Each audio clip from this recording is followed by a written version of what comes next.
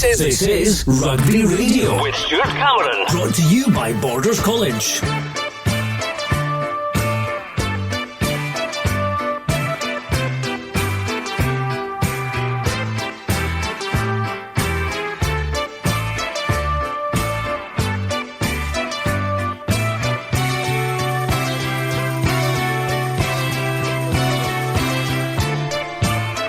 Hello and welcome to Rugby Radio, which today is covering the Premiership Play-off match between Hawick and Kelso, with a place in the final for the winning team, and it's been described as the biggest local derby for almost 10 years. So strap yourself in, enjoy with us 2.5 hours of live rugby through till 5 o'clock, with full commentary at 3 o'clock in just under 30 minutes time.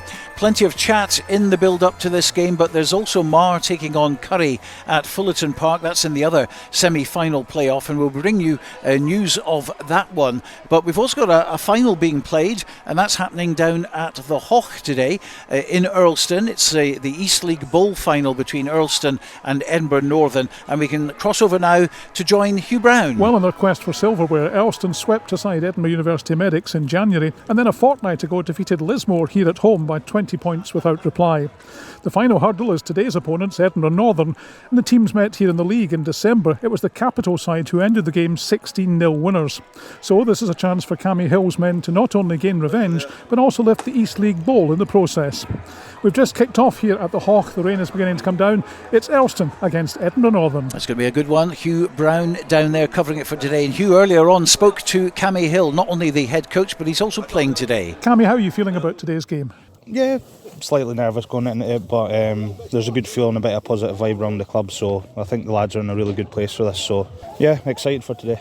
When the teams met in the league, Edinburgh Northern beat you 16-0. That was a bit of a surprise. Yeah, obviously a bit of surprise that, especially at home, when we obtained the win up at Edinburgh Northern, but obviously the same can be said as Lismore had gave us a shock with a 19-0 up there, and then obviously they came down here a few weeks ago and we got a result there and nilled them, so we're hoping for the same sort of performance again that could nullify Northern.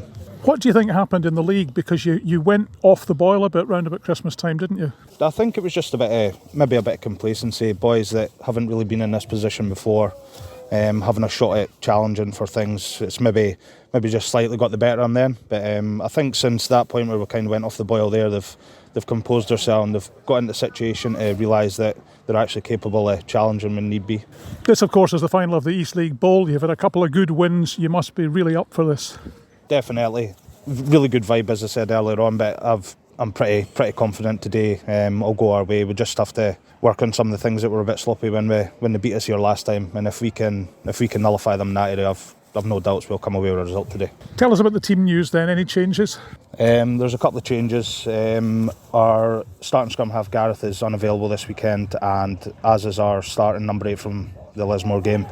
But we've got a couple of lads that are filling in these positions that have been here all season. Whether they've been fringe players or bench players, but they're more than capable of stepping up. So the team's as strong as we could go at this point. And you're playing yourself this afternoon, so we wish you well. Let's hope you can pick up the East League Bowl at the end of the game. Yeah, here's hoping we can get a win. Yes, that's Hugh Brown talking to Cammy Hill, who's actually on the pitch now. That was recorded a little bit earlier on. 2:30 kick-off for that one, because it's a final, just in case there's extra time, and hopefully that won't be necessary. Another game being played today in the Premiership is Jed Forest against Glasgow Hawks. That will round up the complete league season as far as that's concerned. But if you just joined us, it's Hawick against Kelso in the Premiership Play-off semi-final, and time to hear from head coach of Hawick, Matty Douglas, who I spoke with earlier. Well, Matty, nice quiet week for you this week. Yeah, it's been a really good build-up, to be fair. One thing we didn't have to really ramp it up too much. The players know what's at stake today, and it makes our coaching life a bit easier because training's been really on it this week. And to be fair, last week we had a couple of week break, but we're just ready to get going come 3 o'clock. Did it seem any different this week to any of the others? Nah. Look, we work here, we're one game at a time, and I feel we've got a little bit of an edge coming into this, having been in these pressured situations last year, and we're just really excited to get going. There's been a lot of talk of Kelso, etc.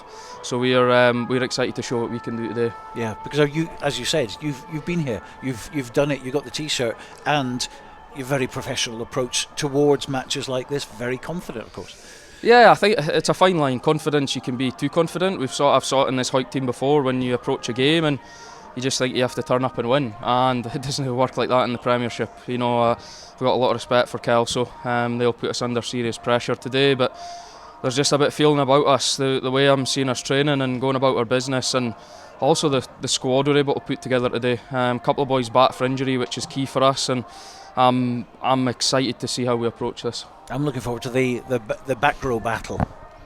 Yeah, back row for us for the last couple of years has been really tricky. I'd like to give boys more an opportunity, but when I look at Stuart, Callum and Jay, how they all balance each other, they're all different players, but geez, what a back row we've got there. But then when I look at the bench and able to bring Connor Sutherland on, and also Dan Brooker, who's been a revelation again, another one we found coming across travelling and has really settled in.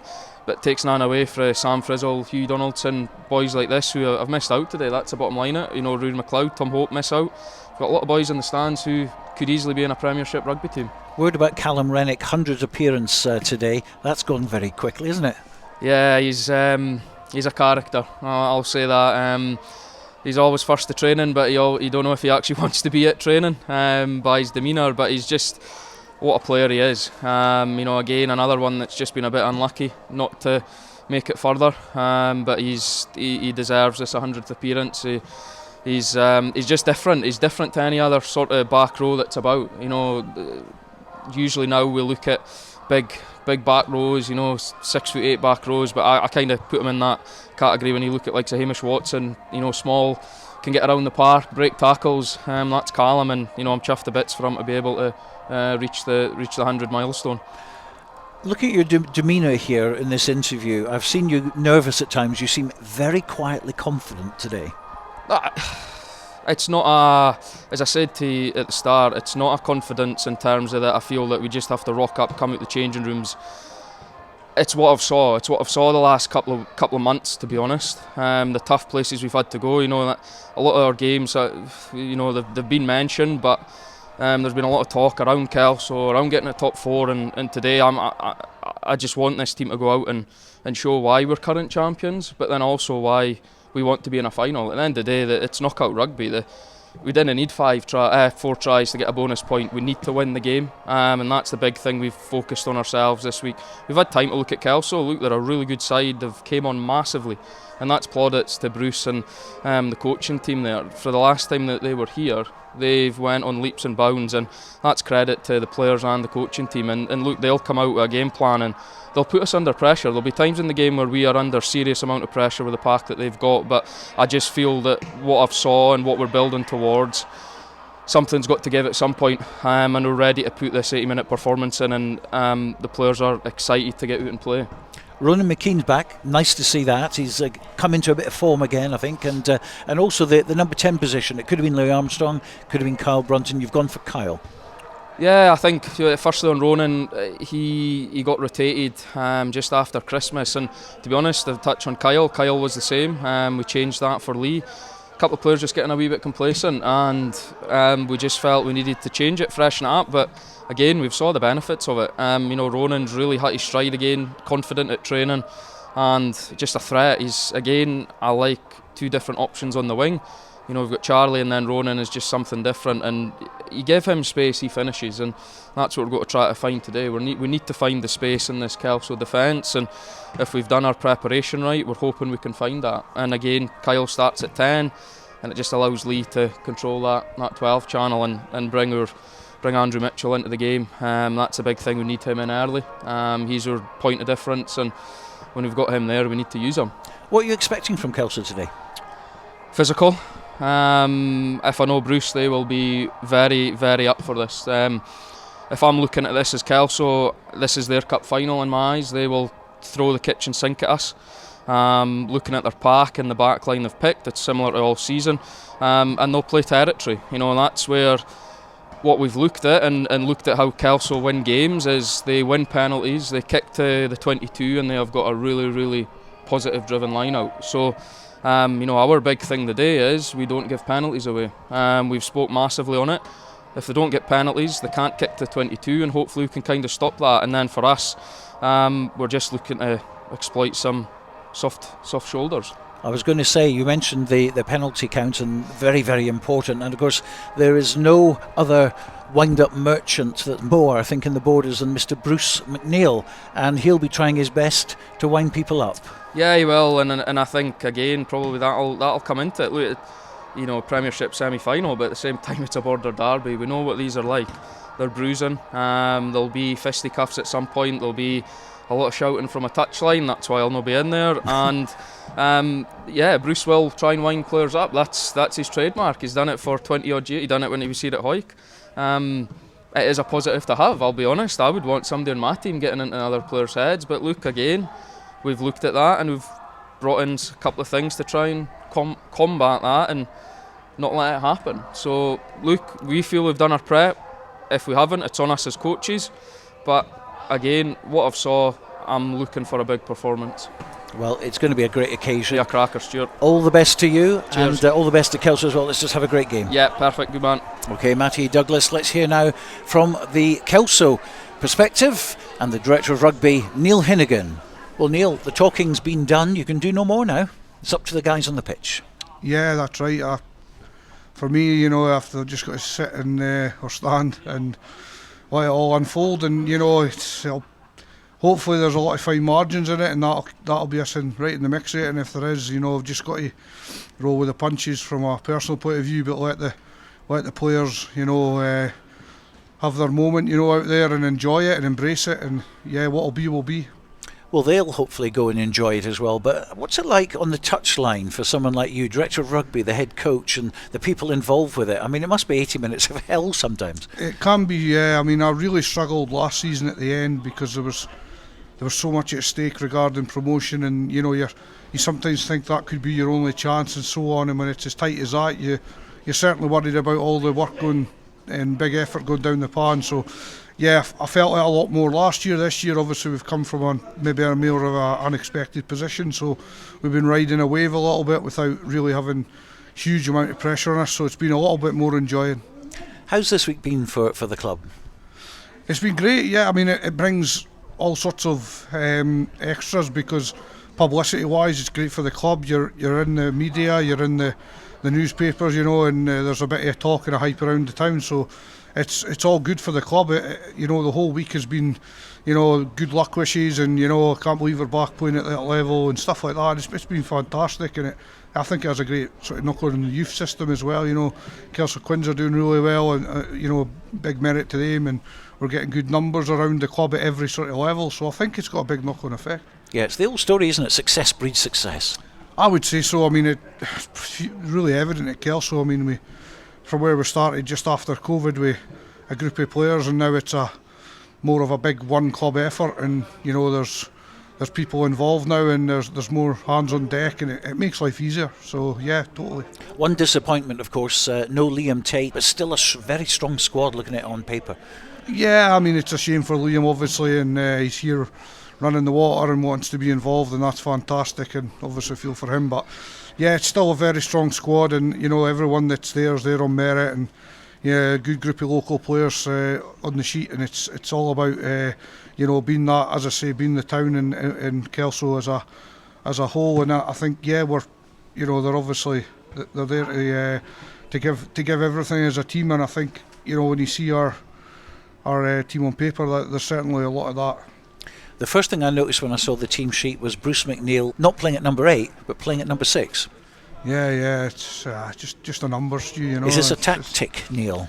I don't know. There must be a reason. He hasn't played 6 this season, has he? Yeah, well, come on, spill the beans. Occasions, you know, I think it's, you know, selection was tight, and it was pin the tail on the donkey to see who was going to end up where. So yeah, we can't. You know, look, at the end of the day, Bruce is going to be a big influence, you'd hope, wherever he plays, and you know, he's the senior guy in the team and the coach and the leader, and he's going to sacrifice a little bit. I mean, I think he loves that 8 jersey. I think it represents him not getting any older. I think he thinks he's Peter Pan, and he doesn't have to play in the second row or the front row. But yeah, we managed to get him out of the 6 jersey. I think at the end of the day, it's getting the balance right, Stu, more than anything across the back row, especially against this Hawick back row. I think there's more to it than that, Neil, but you can keep your cards close to your chest on that one. Yeah, okay. We know you too well. Now, obviously, Hawick, talking to them, and they think you're going to be coming out all guns blazing in the first 20 minutes. Is that the case? Well, I mean, that's an obvious thing to say. I mean, we'd love to. Well, everyone needs a good start. Yeah. I mean, that's a fair comment. Obviously up here last time we had a terrible start and it just got worse. So it probably is important that we get into the game early and then we can take it from there. That's an obvious factor, and looking beyond that, without getting too far ahead, I'd love to still be in it in the last 20, and that gives us a chance. Good to see Andy Tate and Murray Hasty, 9 and 10. Great experience between them, of course. And a lot of people would think, well, they've played so much rugby that, by the end of the season they might not be involved at this high level. But they're playing their best rugby.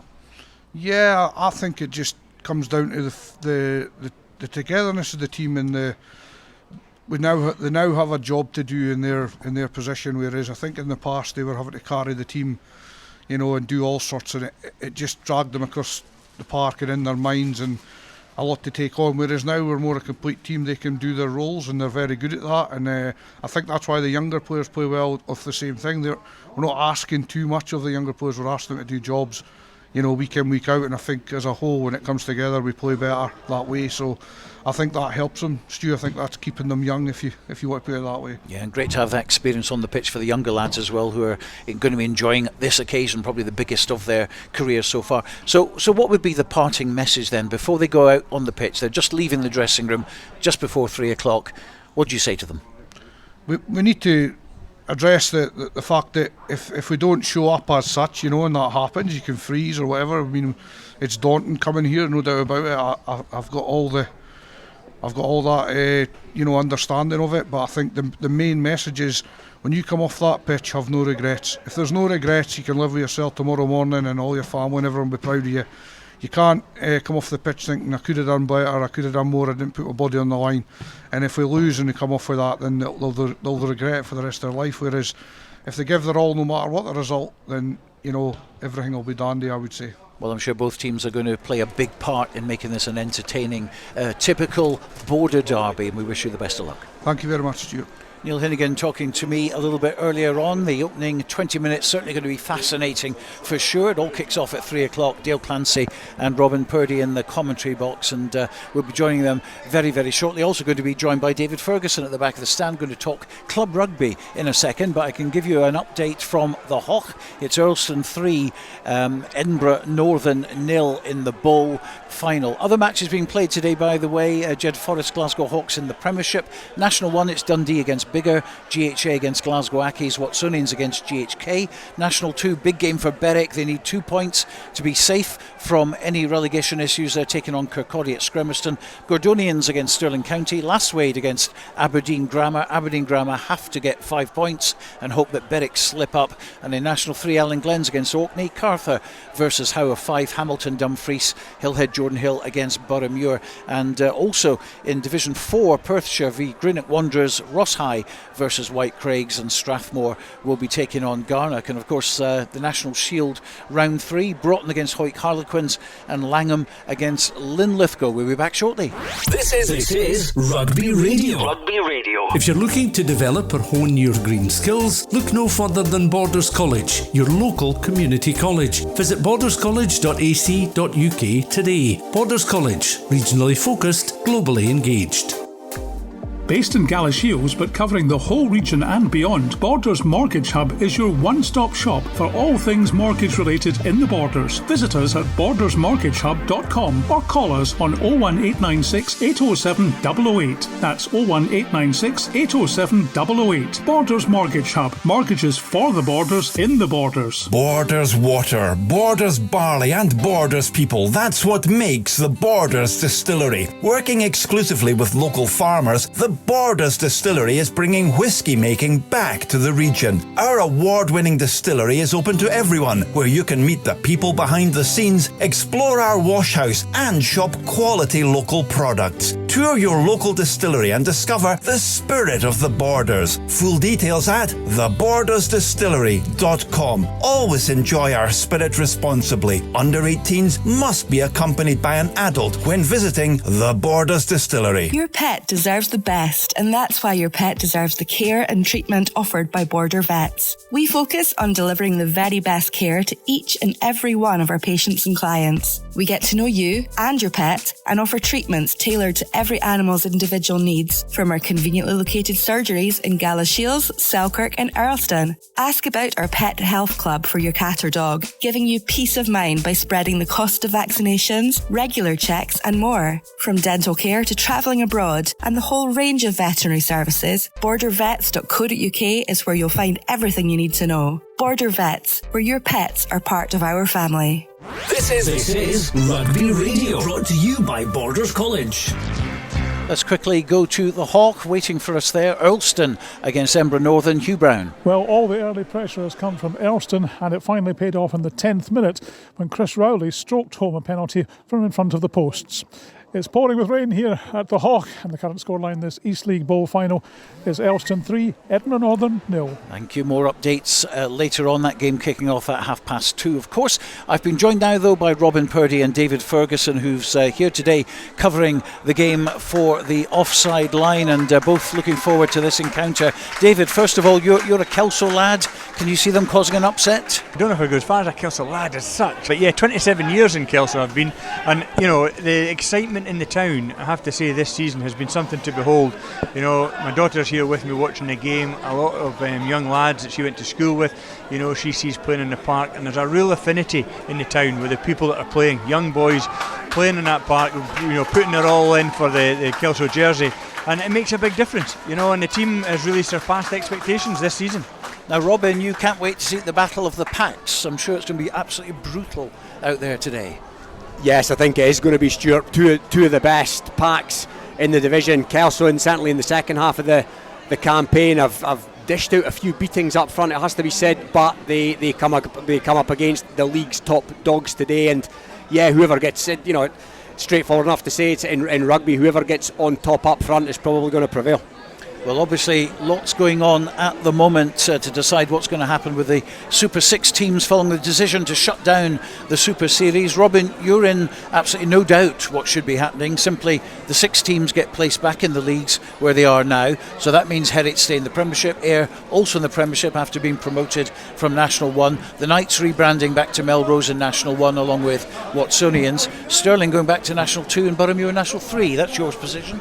No matter what they come out with, what they decide on, not everybody's going to be happy. But I'm very much in agreement with that, Stuart. I think it's the only fair option, and I think it's the option that will cause the least amount of kerfuffle, if you like, among the other clubs. As Dale has mentioned previously, you know, do you annoy 4 clubs or do you annoy 46 clubs? Now, David, what's your own view on that? Well, you know, I think Robin's right. Whatever you do, it's not going to please anybody. But I actually quite like the idea the team's coming right back in at the top. You know, I think there's going to be a danger with clubs. Some of these players, depends who they are coming in, but coming into Division 3, Division 2, you're talking about semi-pros. You know, some of them are pro in terms of their training regime and how they've been playing, how they are coming back into the top league with perhaps 14 teams. I don't know how that would work, because you know clubs are complaining about the length of the season for some. But on the other hand, you're looking at a game here coming at the end of the season. Kelso loses game today, and that's them finished. That's their season finished. You know, Hawick are talking about not having played at home for 3 months. You know, I don't think that's good for the game. Today we're seeing a fantastic crowd. A lot of people on the far side of the banking there as we look out of Mansfield Park. But this stand is closest, you know, to full that I have seen for a long time here at Mansfield Park, and this is what people want to see. Now, I understand bringing these teams back in. I know exactly what Robin's saying, and I can see the arguments on both sides. But I think if you know, it could create a really exciting Premiership next year if these teams just come back in, you know, with whatever teams they've got, and you can't relegate teams, so it would be really unfair to relegate teams out of the Premier 1 to make way for them. I don't agree with that. These players have earned their place, and these teams have earned their place in the league. They've got to stay in Premier 1. So I understand what Robin's saying, and I don't have a real problem with that. But I've got a bit of a concern with semi-pro and pro players going back in at Division 3 level or Division 2.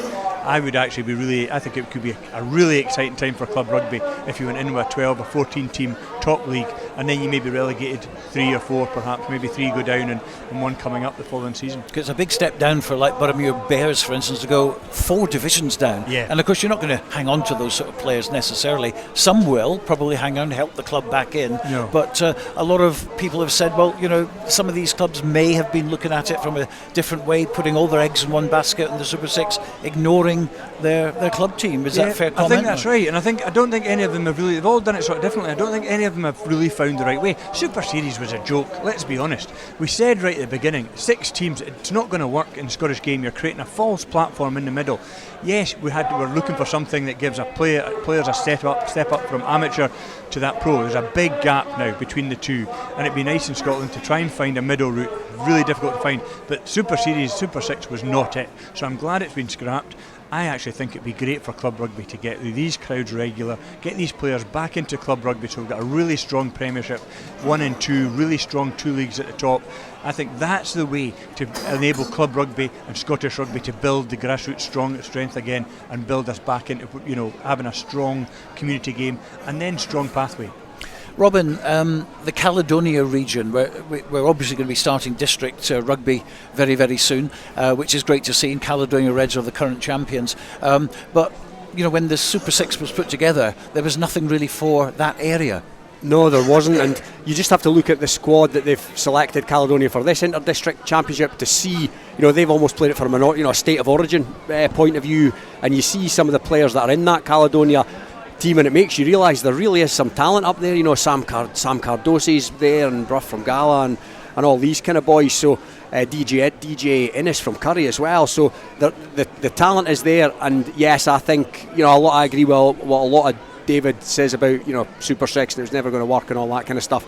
But yeah, they missed the trick by not having a franchise, if you want to call it that, in that geographical region, and I think they missed the trick by not having one in central Glasgow as well. Yeah, and I think there've been other issues as well, like no cross-border competition that everyone was promised and never was delivered. But it's all fascinating stuff for sure. We've just top of the iceberg on that, and I'm sure there'll be a lot more chat over the coming weeks on these subjects. But it's all, as I say, very, very fascinating. Later this month we should have an idea of what will be happening, and we'll bring you all the news as it breaks relating to what will be happening next season. One thing's for sure, never a dull moment in Scottish rugby. OK, well, the time has come for the Premiership Play-off semi-final here at Mansfield Park, our feature game on Rugby Radio this afternoon, and time to join our commentary team of Robin Purdie. And first, a very good afternoon to Dale Clancy. Yeah, good afternoon and welcome along to Mansfield Park. And after the discussions there about the scars that have been inflicted on the national game, none of that is evident here at Mansfield Park this afternoon for what is going to be a historic game between Hawick and Kelso. The stand here is absolutely jam-packed, as you can probably hear, as Kelso are led onto the field by their captain Frankie Robson, and the long guard of honour from Hawick youngsters lining the field, and it's certainly shaping up to be a huge Titanic border tussle here at Mansfield Park. It's been decades since we've seen these two teams collide at the top table of Scottish rugby, and it could be decades until we see them again as the map of the picture in Scottish clubland starts to unfold. But Kelso, who finished the regular season in 4th, managed to squeeze into the last playoff position, are going to start this game with Archie Barber at fullback, James Thompson and Robbie Tweedy on the wings, captained by Frankie Robson in the centre, with their top point scorer Dwayne Patterson at outside centre. Andy Tate and Murray Hastie are the familiar half-back pairing. In the front row, Grant Shields returns to partner Ewan Knox and Terry Logan, along with Cammy Thompson and Keith Melbourne in the middle row, and then Murray Woodcock, Cammy Brown and the familiar face of Bruce McNeil line up in the back row for Kelso. And now it's the time for the home side, Hawick, to march onto the field, led by their experienced and influential captain Shawn Muir, and he's going to start in the front row along with Fraser Rennick and Nicky Little. Fraser Wilson and Dalton Redpath are the middle row pairing, with Stuart Graham, Callum Rennick and Jay Linton in the back row. They were going to start with backs with Gareth Welsh and Kyle Brunton, the half-back pairing for the cup final against Mar at Murrayfield, and then the wingers of Ronan McKean, Charlie Welsh, the centres of Lee Armstrong and Andrew Mitchell, and then the influential figure of Kurt Ford at fullback. Match official for this afternoon is going to be Rob McDowell, and he's just about to get us underway. And joining alongside me is Robin Purdie, and we're going to get his thoughts on this game at our first break in play. because we are ready. There's a shrill of the whistle from the match official. Dwayne Patterson licks the ball with his right foot and lumps it downfield towards the club end here, and it's been gathered by Charlie Welsh, who straddles the touchline and tries to evade his way out of trouble and get himself out of his own 22. Now tipped on to Shawn Muir, who's been asked to trudge it up, and the ball gifted back to Gareth Welsh at scrum half, and Kyle Brunton now nudges it downfield off the field of play just outside the 22, and it's a good start from Kelso. Yeah, tidy stuff by both teams actually. Kelso will have the line out in a reasonable attacking position, and I have to say, Dale, the crowd today, this, you know, there's pros and cons playoff rugby, but this is what playoff rugby is about. I think there's as many people in this stand as there was in the final last year, Dale, to be honest, and that's saying something. Yeah, definitely. You know, it's one of those games, and in horrible weather as well. The banking side on the far side is littered with spectators. The stand is packed, and the ball is back in play because it's been thrown into the line out by Ewan Knox. It's been well gathered and brought down, and the maul is starting to form, and Kelso are looking to try and get an early tester of their opposition and see what they've got in fortitude up front. It's congested, it's been brought back into the nucleus of the maul, but distributed from Tate, who finds Hasty out the back. The wingers are starting to run into play, and it's been absolutely shackled there by Callum Rennick, who manages to wrap up Robin Tweedy. Now Bruce McNeil round the side of that ruck manages to gather the ball now into the hands of Cammy Thompson, blue skull cap and all, and he trudges forward, but again met with some stern Hawick resistance. Keith Melbourne, who's going to be a key figure in this game, is brought to deck, and the Hawick players get their mitts in there to try and steal the ball, but not able to. Now Hasty has it. Patterson has to gather a ball which was stooping and was low, and now it's been filtered to Woodcock on the wing. He almost gets round the outside of the Charlie Welsh, but that is a textbook tackle from the winger. Tate gets across well and works hard to give the ball to Grant Shields now, who carries forward. Again, another experienced figurehead in this Kelso side. Patterson and Tweedy line up on the blind side and try to exploit some gaps there, but it's been plugged there by Nicky Little as the ball just squirms out of the breakdown. Tate thinks he sees a little gap there, tries to exploit that, but not able to again as the Hawick defence stands firm. Now Terry Logan, ball tucked under his left arm and trudges forward, and Hasty, acting as auxiliary scrum half, gives it to Patterson, who puts a really soft, delicate kick in it forward, and he is under all sorts of pressure in behind. He does well to gather it at the second attempt. Keith Melbourne was putting a bit of pressure on the Hawick fullback, and I think in the many years I've been doing the commentary, it's perhaps one of the first errors I've ever seen Kirkford make. But he's done well, gathers the ball. Hawick now deep inside their own 22 have possession back, and Gareth Welsh can distribute to Brunton, who can then right-footed kick downfield. He kept it in the field of play, and loitering on the 10-metre line is Dwayne Patterson of Kelso. He just looks to go alone, and he looks to go round the outside of Welsh, but the tackle, he's knocked the ball on. Muir has got a chance to get the ball wide, and it's now Lee Armstrong, a little kick of the heels, and he manages to escape the clutches of his own 22. But Hawick, for the first time in this game, have possession outside of their 22 area. It's been passed back into Brunton and a spiral kick downfield. Waiting in behind is Barber, and he's got Patterson there as well. Some options there as the low stabbing kick is trundling its way back towards that touchline inside the Hawick 22, but Kirkford is there, and right-footed kick returned, and it looks like this is etched every last little bit of distance out of that kick, and it's exited the field of play over the halfway line, and good exit there from Kirkford. Brilliant exit from Kirkford. That's what he's all about, and you're right, it was an uncharacteristic error, but he was never in any real danger of coughing up a knock on. And good start by both teams. Kelso strong in possession, multi-phase play until the knock on from Patterson, but yeah, great exit from Hawick, and we're sort of sit back in central field where it all began. Hawick throwing, Kelso throwing the line out. Woodcock gathers, and Hasty now gets the ball off the top, distributes the ball to Robson, who gets a head of steam and is able to just barge his way over the halfway line. It's still 0-0 here, and 3.5 minutes gone as Melbourne comes round the ruck, and he's towering above that challenge, but does well to cuddle into the ball and protect it. Logan coming round the corner, look to try and gather the ball, and Hasty under a lot of pressure has just lumped it into the sky. There's still a little bit of afters there as well. The match official's not having a look at that. It's Mitchell, and they're just keeping an eye on that as Barber has got the ball back in the 22, and it's dusty and it's feisty now because the Kelso players and the Kelso and Hawick players now all in together. Bruce McNeil has just went for Shawn Muir. There's a little bit on the ground as well, because in the aftermath of Murray Hasty kicking the ball, Andrew Mitchell was still in there, and he was alongside. I think it was perhaps Fraser Rennick who was the other player in there as well, but it's boiled over here now at Mansfield Park. Keith Melbourne, Frankie Robson have got a couple of backs. There's another one, Charlie Welsh joining the fray, but the referee's done well to disperse this. Dale, they're at it on the benches as well. Gordon Glashan just having a little conversation with the Kelso physio. Kelso physio. Have you seen what started the melee? It's just guys pushing and pulling on the ground that has started it. So what's happened then, after it's coming to an end when I blew my whistle, 6 black has ran in, he's pushed the white player, and that's what's caused the escalation to the all-in. So there's going to be a penalty against 6 black.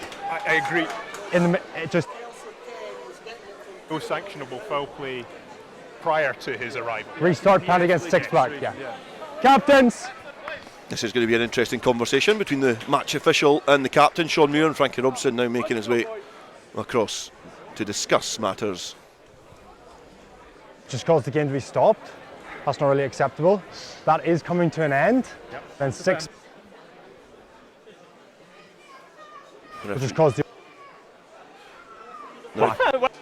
referee's just signalling to both captains there as the reception was just dropping in and out. As Bruce McNeil is the player being penalised, he's still gesturing to Callum Worsley, the assistant referee on the side, but he came out of absolutely nowhere, Bruce McNeil, in plain sight of the match officials, shoved Shawn Muir it was, and it's turned a penalty because, if anything, it looked like Hawick were perhaps going to be infringing more than what Kelso were. Yeah, I think there was the initial rammy that involved Andrew Mitchell, I think it was, from Hawick, and Murray Hastings from Kelso, but I think Bruce McNeil's a lucky boy there, Dale. He ran in from afar and he put a wee bit of a cheap one, to be honest, on Shawn Muir, who was fairly passive at the time. So yeah, maybe got away with one there, Kelso. Fraser Rennick throws into line out, he goes to the tail, the ball's just squirmed through the hands, but well grabbed there eventually by Wilson, who was running around the corner. Now Dalton Redpath thinks he spots a little gap and tries to offload, but it's been knocked on in contact, and it's the first real test of Kelso in defence, and it's certainly passed that one. It has. Hawick, first meaningful possession, and they're 6-7 metres from the Kelso line, but yeah, you hear it say we don't like to see this kind of thing. Nobody wants to see this kind of thing in the game. That's exactly what we want to see in the game. Yeah. No punches flung, of course, but absolutely everybody in, border ding dong, semi-final, bring it on. It's the endeavour and the intent from the players, and that's what this pack stand certainly wants to see. It wants to see their clubs fight tooth and nail for victory. Hawick have not been defeated at this ground since October 2019. There were 7 players involved in this match day squad that were involved in that game a few years ago. And on the other side, Bruce McNeil missed it because he was at a wedding. He was a Hawick player at the time. The ball rolled into this scrum. It's been picked up at the base by Bruce McNeil, who charges forward, and it looks like he's perhaps knocked on as well, and that's going to be well received here at Mansfield Park. And he's a key figure for Kelso. He's a really key figure for Kelso, but just run down an alley there, and Hawick can put a bit of pressure on the talisman. Yeah, number 6 on his back. Bruce McNeil caused a wee bit of discussion in the run up to this game, but I think it was always got to be the case that we'd see him potentially packing down, at least in certain parts of the field, on Kelso's own ball at number 8, and that's what happened there. And there's been uncharacteristic errors from some of the big players so far in this nervy encounter. Patterson, Kirkford, and that's one from McNeil as well. 8 minutes gone, it's still 0-0 here at Mansfield Park in this Premiership semi-final between these two juggernauts of Scottish rugby. They're playing for a chance to either host or participate in the Premiership final. Hawick, if they get through this, will be able to host either Mar or Curry. Kelso will have to travel to either venue if they're victors and inflict a very surprising victory over this home side. And from that ensuing scrum, Hawick have been able to put the squeeze on, win the penalty, and this is where it's interesting. It's cup rugby, and you would imagine here Kirkford is trundling his way towards the match official, but this is a different type of game as it was all the way back earlier in the season when Hawick were very one-sided victors. Yeah, I don't think it's going to be a scoreline like that today, Dale. And Kirkford, 245 points to his name so far this season, 166 of them from the boot. You'd back him here, bang in front to add another 3 to that tally. But yeah, Hawick, they've not had that much possession so far. A lot of the early possession was in the hands of Kelso, didn't do anything with it. Hawick down the field, and it's looking like 3 points. And it would be a good return for Hawick, who have been under pressure in the opening 6 or 7 minutes of this game, and as they do, manage to get up the field, put a bit of pressure on, and there's an opportunity to escape with points as Kirk Ford just lines it up. Blob on in front of the uprights, kicking away from the clubhouse end here at Mansfield Park. A slow, steady run up, right-footed kick, and just nudges it over the horizontal bar and gets the first 3 points in this semi-final, and it goes the way of Hawick. And yeah, as we say, Kelso been putting a bit of pressure on Hawick from the start, but it's Hawick who get the first points. They have indeed. Very efficient, Hawick, and you mentioned it before about a different type of game today. No bonus points on offer, so you know you can see both teams, when they've got kickable opportunities, they'll probably look to take them and just keep that scoreboard ticking over. A kick downfield now from the restart from Dwayne Patterson. He catches it sweetly yet again and just aims it to Charlie Welsh, who's hugging the touchline. He's under a bit of pressure there from Cammy Brown, who tries to perhaps nudge him closer towards that touchline and get him off the field of play, but Welsh does well to stand his ground, and then the ball has been dispersed to captain Shawn Muir for Hawick. Hawick 3, Kelso 0 as Welsh passes deep to Brunton, takes all the time in the world just to kick this downfield, and it looks like it's going to be kept in the field of play, just escapes, and it's a great kick there from Kyle Brunton, who was one of the players who was involved in the final and has perhaps taken a bit of time to really hit his straps here in Hawick colours, but he's a steady hand and a steady foot for this Hawick side. Definitely, we've spoken about him before being a wee bit an unsung hero in this team, but you don't finish top of the league essentially 2 seasons in a row if you've got a mug playing standoff, that's for sure. Cammy Brown off the top finds Tate, and now Hasty deploys the ball to Robson, who carries forward and does well to just dip a little bit and then keep his ground as he gets upright and charges forward again, but eventually succumbs to the Hawick defence.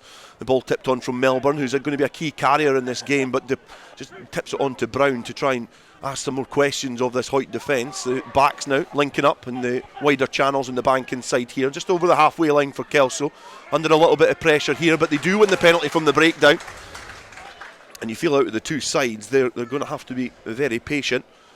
Kelso are probably going to have to play a smarter brand of rugby and make sure that when they get opportunities to eat away at territory that they really do take them.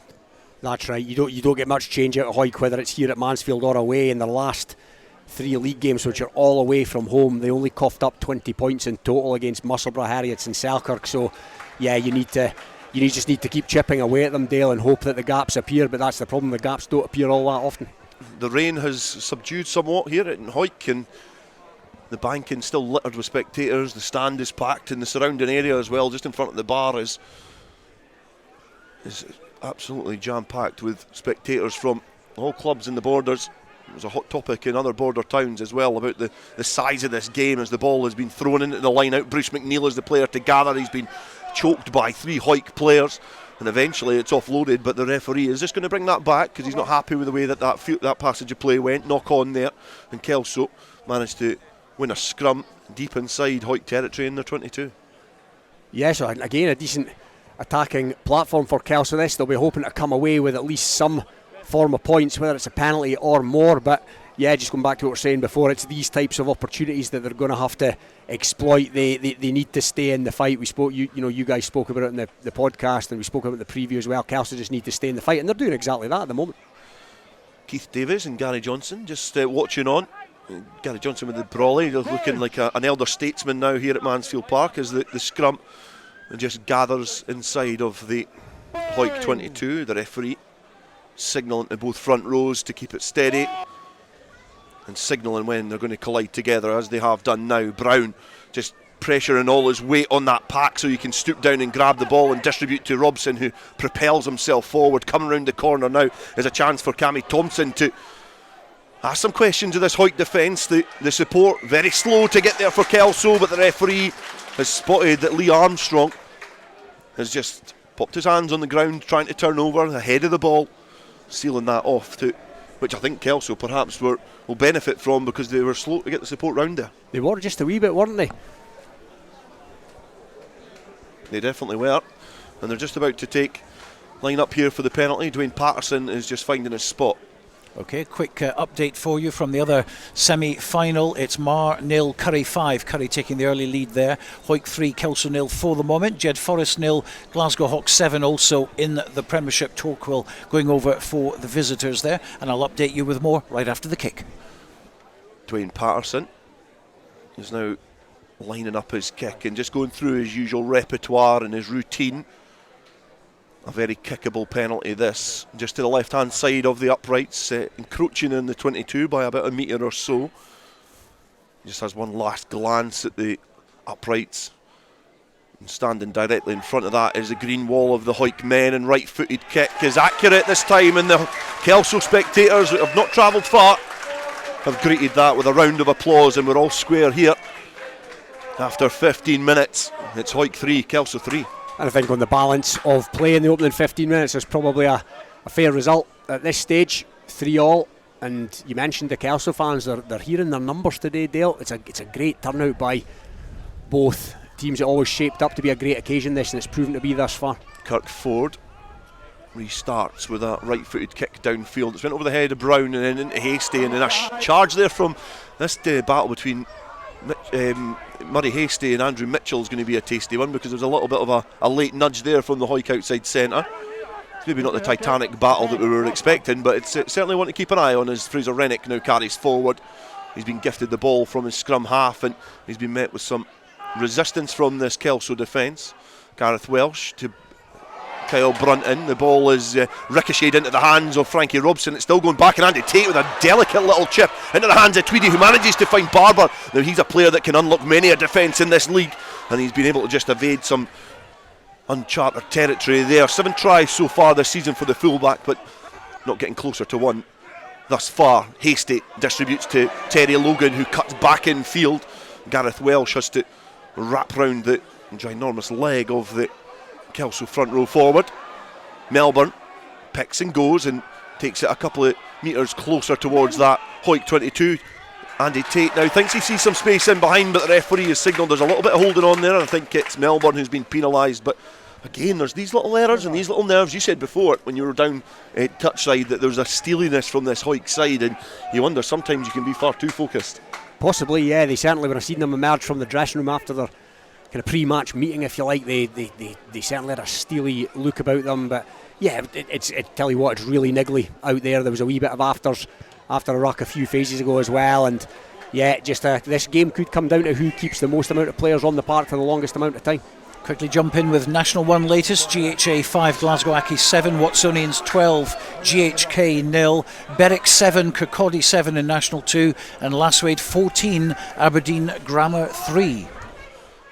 Fraser Rennick just directly in front of us now to throw back into the line out over the heads of the Kelso jumpers. Finds Stuart Graham, and now Brunton manages to find Jay Linton, who's been relatively quiet in these opening 18 minutes or so. Probably an indicator of how little ball Hawick have had, as Brunton gets the ball on the 10 metre line, kicks downfield, and I think this perhaps signals a different type of play from Hawick, knowing that it's more of a cup tie this than their traditional regular league battle. As the ball returned downfield to Brunton, he sizes up his options and lumps it into the sky again. Cammy Brown is screaming on this ball, and he's not going to be kicking it anyways. He just charges forward. Brunton with a brilliant challenge there.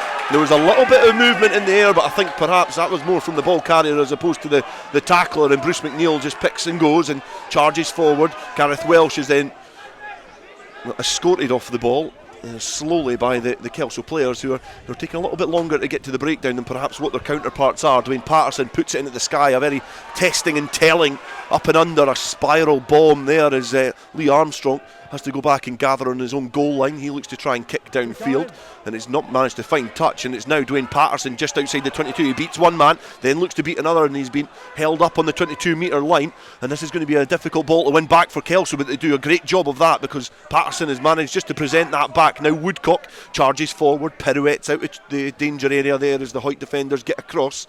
Now Tate's got some options. One of them's Knox. Knox manages to go round the back of Terry Logan, who was running that acute line, and now Tate sizing up his options inside of the Hawick 22. Keith Melbourne, the big Irish tower in second row, just gets the knees up and takes the ball forward another couple of hard-earned metres as Hastie gives the ball out the back to Tweedy. Tweedy gives it to Barber. Barber's now got Brown coming that acute line, showing his skill set from his time on the wing as he bounces infield, then back out as Bruce McNeil now plucks the ball from that ruck breakdown. He's dished the ball back, and then Welsh almost tried to gather that ball, but he's knocked it on in contact, but I think the referee has not spotted that and let that play, but it's still come back on the side of Kelso. It's a bit of a melee in there. And I think the feet, perhaps, players coming round from the side, and Kelso win the penalty And this is going to be an interesting call as well. A kicker as adept as Dwayne Patterson might just want to nudge this into the corner. Yeah, that's certainly what you'd expect to see on a normal Saturday afternoon, a league game. Yeah, he's shaping up for that deal. I have to say, I've been so impressed with Gareth Welsh so far. Certainly defensively, he's tackled everything that's moved. He's been in over the ball, fighting for it. He's playing like a man possessed. It was probably a big call today at 9 for Hawick between him and Declan Lightfoot. The coaches have gone for Welsh, and it's paying dividends thus far, I'd say. Yeah, he's a little bit more confrontational perhaps than Declan Lightfoot. I think Gareth Welsh looks like he's been genetically modified in an ice cube tray. He's very square, he's very blocky, but he's a solid scrum half. And in games like this, you perhaps need that dynamic of having somebody who's going to keep players like Bruce McNeil, Woodcock and Brown quiet in the back row for Kelso. Let's update you with what's happening elsewhere. Mar 0, Curry 5 at Fullerton Park. Here it's 3-all between Hawick and Kelso. Jed Forest 0, Glasgow Hawks 12 now. Paul Caircross adding to Torquil's try from earlier on. In National 1 it's GHA 5, Glasgow Accies 7. Gregor Drummond try for GHA early on, that's been cancelled out now. Watsonians 17, relegated GHK 0. 3 tries for Watsonians at Mireside in that game. National 2 it's now Berwick 14, Kirkcaldy 7. Remember, Berwick need just 2 points in that game to save themselves and put Aberdeen Grammar down. Jordan Jackson scoring a try, Adrian Rosie getting the first one at Scremerston. And Lasswade 14, Aberdeen Grammar 3. Couple of tries for Lasswade early doors, not looking good for Aberdeen Grammar at the moment. International 3, Cartha Queen's Park 12, Howe 5-0. Hamilton 12, Dumfries 5. Remember, Hamilton haven't won this season. They've got 2 tries on the board already. And of course the big East Bowl final happening at the Hawk at the moment. Earlston 3, Edinburgh Northern 12. So 2 tries for the visitors in that game. So that brings us up to date, apart from, I can tell you, just coming in, the National Shield round 3, Langham 7, Linlithgow 0, and the try ironically scored by Tom Hope, who could well have been playing today. Kyle Brunton's still taking a little bit of time to get back after that. I thought you were going to go through and do the lottery numbers after that because you had a little bit of time, Stuart, but the play is now back underway, or almost anyway, because both packs of forwards are lined up on the 5 metre line. Ewan Knox ready to throw in. He tries to get the ball to Cammy Brown, but has been flat back by the big mitt of Wilson there. He does well from a Hawick side in a dangerous position to flap it back as well, because there could have been a charging Kelso player coming through, but well gathered by Welsh. And then Shawn Muir looks to try and truck it forward. He's been met with some really good Kelso resistance yet again. They're trying to get certainly under the skin of Bruce McNeil, because they're chucking him back into this ruck. They're getting him into the breakdown when he's off the ball, and it's definitely a little tactic of Hawick as they give the ball back to Kirk Ford, and he kicks it downfield. He's not made a great amount of distance, but he was under a little bit of pressure there from Cammy Thompson, who was charging out the traps, and it's going to be another throw into the line out for Kelso. Shawn Muir having a chat with the match official as both sets of forwards gather.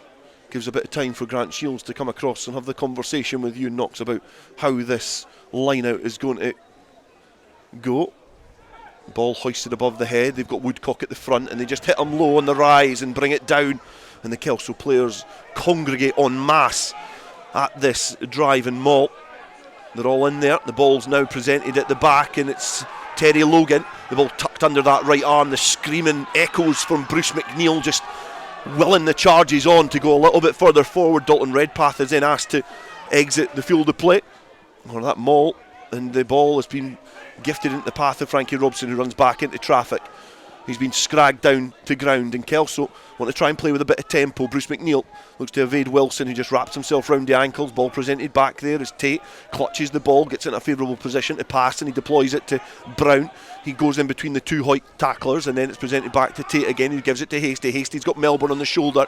He charges up in midfield, looking to try and find those weak points in defence. Over that was Fraser Rennick making a nuisance of himself. Hasty now got the ball and gives it to Patterson. He throws a wild dummy, weaves himself in and out of traffic, almost close to that Hawick try line. Tate looking to keep the ante up, and now Melbourne, he ducks and goes forward. He's been supported by some Kelso players. Andy Tate just demanding the forwards get round the corner. Now Hasty gives it to Bruce McNeil. McNeil is under all sorts of pressure as the Hawick players and Jay Linton just launch themselves at that defensive line, so close to their own goal line.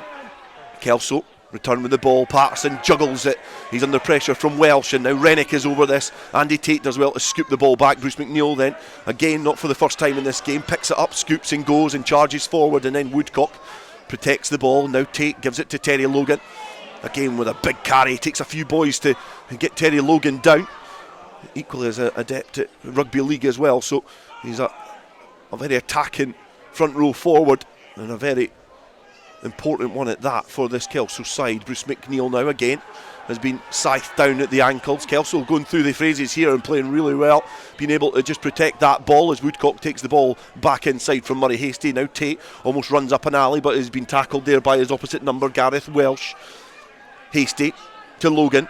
Logan feigns to go one way then another. He's pirouettes round and is able to get the ball back. There's a free ball coming here for Kelso as well, because the referee's arm is outstretched, just signalling that there's an advantage to play. Melbourne protects the ball, looks to use his tush and get into space, and now it's Tweedy. Tweedy's got some space outside him. It's Archie Barber.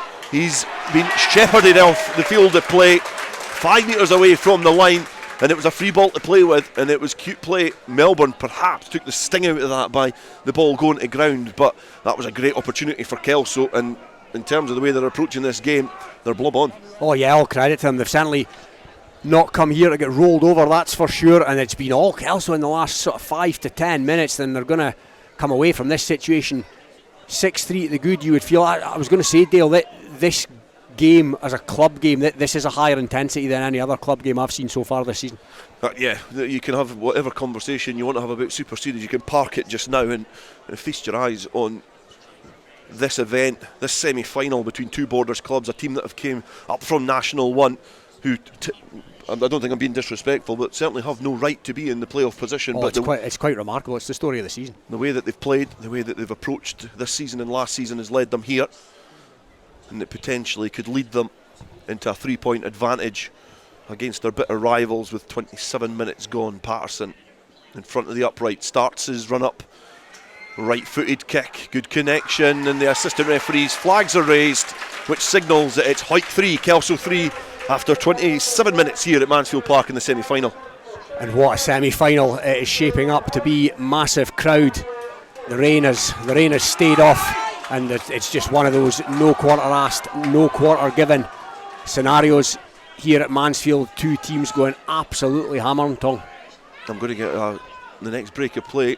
I think it's certainly a good opportunity to get some more analysis in terms of where Kelso are perhaps controlling and leading in this game as the restart has went over the head of Cammy Brown, and then Murray Hastie kicks it off the field of play. But yeah, Robin, it's, you know, in terms of Kelso's approach, they look composed, they look calm, and they look like they've got nothing to lose. That's right. Composure's the right word, Dale. It's been phase after phase after phase after phase, and they're making very few errors. They're being smart in possession, and they're waiting for Hawick to make a mistake, you know, which will typically end up being a penalty, which they can then send to the corner, or they can then, as they've been doing, stick it over for 3 points. A line out inside Kelso territory on that bank inside. It gives an opportunity for Rennick to lob it in towards the tail. Graham is the player asked to be risen into the sky as Lee Armstrong just splinters the Kelso defence, and for the first time Hawick have been able to breach that Kelso wall, and it's got them inside of the Kelso 22. The challenge now comes on because Callum Rennick was there in support. Welsh, outstretched arms, demanding that ball is brought back for him as Shawn Muir acts as the pivot. Now Brunton gives it to Mitchell. Mitchell then just drives forward. He's been tackled well by Robson, and Hawick have had to concede a couple of metres there from Kelso's defence, which they were able to test for the first time in this game. Nicky Little, with the ball tucked under his arm, now charges forward. Brunton's got some options outside of one of them's Armstrong's. A little kick of the heels again, back in field, and again he's breached this defence. Not one, not two, but 3 Kelso players beaten on his way towards that 5 metre line, and the support is there quickly. The ball is not out as sharply, but Shawn Muir now charges forward into Melbourne and Brown. Ball presented back, being scooped up by Welsh. He tips the ball on to Wilson, and that low stooping run, which we're most used to seeing from Jay Linton, has been deployed there by Wilson. And now Andrew Mitchell, 20 tries so far in the regular season, gives the ball back, and Shawn Muir now picks and goes and tries to burrow forward towards that whitewash. Not able this time, and then they go the other way, and Hawick are over the whitewash, but the referee having a good look at this. It's been brought back. Play continues here at Mansfield Park. There's no try given. Hawick still have the ball in hand. They pick and look to go, and then Keith Melbourne's been able to turn over the ball on his own goal line. He's carried it back, but great defence there from from Kelso, because it looked like Hawick had been able to just exploit that gap on the blind side. The referee not there quick enough, but certainly looked like Kelso had defended that well. Yeah, I think it was Fraser Rennick. A lot of the Hawick players seemed to think Rennick had scored there, but what a brilliant riposte from Hawick. You know, they've been under the cosh a wee bit the last 10-15 minutes, but they've gone from the kick-off to the shadow of the Kelso posts as the rain starts to come down again, and they've got a 5 metre scrum. It was great defence by Melbourne originally, but then he just picked, all he could do really was take it back over his own line and flop down to touch it down. So yeah, very much a strong attacking position for Hawick here. Options are plenty. Matty Douglas, the head coach of Hawick, is on the touchline of the bank, and just where the forest starts to, I didn't know if he was maybe orienteering or if he's keeping an eye on this game, but he's certainly communicating with the coaching staff in the dugout area, and got a keen eye on the game from the corner. Always likes to watch it from behind the post, doesn't Matty? There's a few coaches like to use that tactic to try and see where the gaps are in defence. He's taken a bit of shelter from the rain, which has came back on here as Welsh feeds the scrum, and now Linton plucks the ball up. He's charging forward. He manages to just create that huge gap forward to Welsh. Welsh in the corner, Hawick in the lead, and it was as easy as you like from that scrum. Solid platform for Linton just to attract the defence in. It created that huge chasm in defence, and then Ford with an easy 2-on-1 to deploy Welsh in the corner, and that's his 6th try of the season. Yeah, chalk that assist down. Well, Kirk Ford, the last touch prior to the try scorer, but chalk that as an assist down to Jay Linton. As you mentioned before, Dale, he's been pretty quiet so far in this game, but that's what he brings. He picked up off the back of the scrum. Kelso defenders, in fairness to them, he could have steamrollered them, he could have passed it, he had options there, and that's what caught them a wee bit cold, and he went for the right option, and in went Charlie Welsh. And like I said before, brilliant riposte from Hawick after being under the cosh for a number of minutes. Jay Linton was one of those players in that defeat against Glasgow Hawks in October, and you think how far he has come in that 5-year time. Obviously 5 years younger at the time, and he's certainly shown the maturity there by being able to just attract about 3 Kelso defenders just fixed on the big powerhouse at the tail of that scrum. That's what he did, he just fixed them. Totally fixed them. You could see it from here. Feet planted, yep. Kirk Ford, 2-on-1, and now Kirk Ford is lining up the conversion attempt on the 22, 4 metres in from the touchline, right-footed kick, looking to try and curl this round, and there's a slow anticipation and gasp from the Hawick supporters because they watched that every inch creep over the bar. And again, another accurate kick from Kirk Ford. It means it's Hawick 10, Kelso 6. And it could come down to that, Dale. That was a tricky conversion, touchline conversion from Kirk Ford. And on a day like this, it's nip and tuck. The weather's starting to turn again. Could come down to kicks, and that could be massively important come the end of the day. Patterson, again, will be tasked with asking to just kick this a little bit longer to try and keep Hawick deep inside their own territory. And Welsh, for the 3rd time in this game, gathers, but this time he's able to exit his own 22. Presented back to Gareth Welsh. Now Shawn Muir on the 22. He trudges forward again laterally across the field, maybe got to the same position, but opens up options here for Kirk Ford, who's waiting in the pocket, and then he kicks the ball. It's a very slight figure, Kirk Ford, but he gets some power in behind that kick. And Murray Hastie was there looking to try and gather the ball, and he was under pressure from Fraser Rennick, but Woodcock just manages to pick the ball off the ground and charge forward. Buy a bit of time for his Kelso team. And again, I feel like my neck's been craning towards that left-hand side, and Murray Hastie puts a spiralling kick, and take it from there, Robin. Yeah, beauty of a kick from the wand that is the left foot of Murray Hastie. Kelso not really going anywhere in attack there, and he sent it down into the 22, and Hawick with a wee bit of defensive work to do now. Ashton Asante is coming on for Terry Logan. I think looking to perhaps keep a little bit of charge in the battery there for the big front row forward. There's 22 players in the match day squad. James Glendinning, McGregor, Asante, Thompson, Ewan Thompson, Nick Stingle and Mark Wilson, Andrew Sweeney on the bench for Kelso. And for Hawick, as they throw into this line out, and Redpath gathers, and it was brought down by Welsh. And now Callum Rennick, who little care about his own well-being as he just propels himself into contact. Ball from Welsh given back to Ford, who kicks it off the field of play. It's perhaps skewed off his boot there, and maybe doesn't make the distance that he'd hoped. And Hawick have got a bench of Russell Anderson, Ross Graham, Connor Sutherland, Dan Brooker, Declan Lightfoot, Morgan Tate, and Bailey Donaldson as well, who was the 7th member of that defeat against Glasgow Hawks all the way back in October 2019. He makes up the match day squad for Hawick. No replacements yet for the home side. We're just one in the front row for Kelso, and it'll be interesting to see what impact Ashton Asante will make. This is his 15th game in the Premiership action. Thrown into the line-out, Cammy Brown is lifted, brought down, and then the ball starts to filter its way through the heart of that maul, and it's got a bit of head of steam here against this Hawick side as they're managing to tiptoe themselves towards that 22. It's trudged forwards. It's about now 10 metres away from that Hawick line. It's got momentum, and the Hawick players are on the back foot trying to get back, recycle themselves to withstand this onslaught here from Kelso, and again camped deep inside the Hawick half. They'll be hoping to try and make the advantage count here. The penalty, which has just been awarded, doesn't give them the lead again, but this is Cup Rugby, and the penalty He is not captain. the Shawn Muir just having a conversation with Kelso and saying he's not captain in Kelso colours. Who was he alluding to there? It wouldn't be one Mr. B. McNeil, potentially, would it? Yes, I think it was Monsieur Bruce McNeil, who has always been very vocal on the field of play. And it's now a chance for the penalty, and Dwayne Patterson is just going to take his time to line this up. Let's quickly go to the Hawk. Hugh. It's very close here in the East League Bowl final at the Hawk. 2 tries from Edinburgh Northern in 26 minutes, and 40 minutes gave them the advantage, but 4 minutes into injury time, Jai Fender brought the home team into it with an excellent try converted by Hunter. So at half time here at the Hawk, it's Earlston 10, Edinburgh Northern 12. 36 minutes gone here at Mansfield Park in this Premiership Play-off semi-final. Hawick 10, Kelso 6, and Dwayne Patterson is currently lining up a penalty attempt at the uprights in a familiar position from his previous ones as the rain still drizzles down here.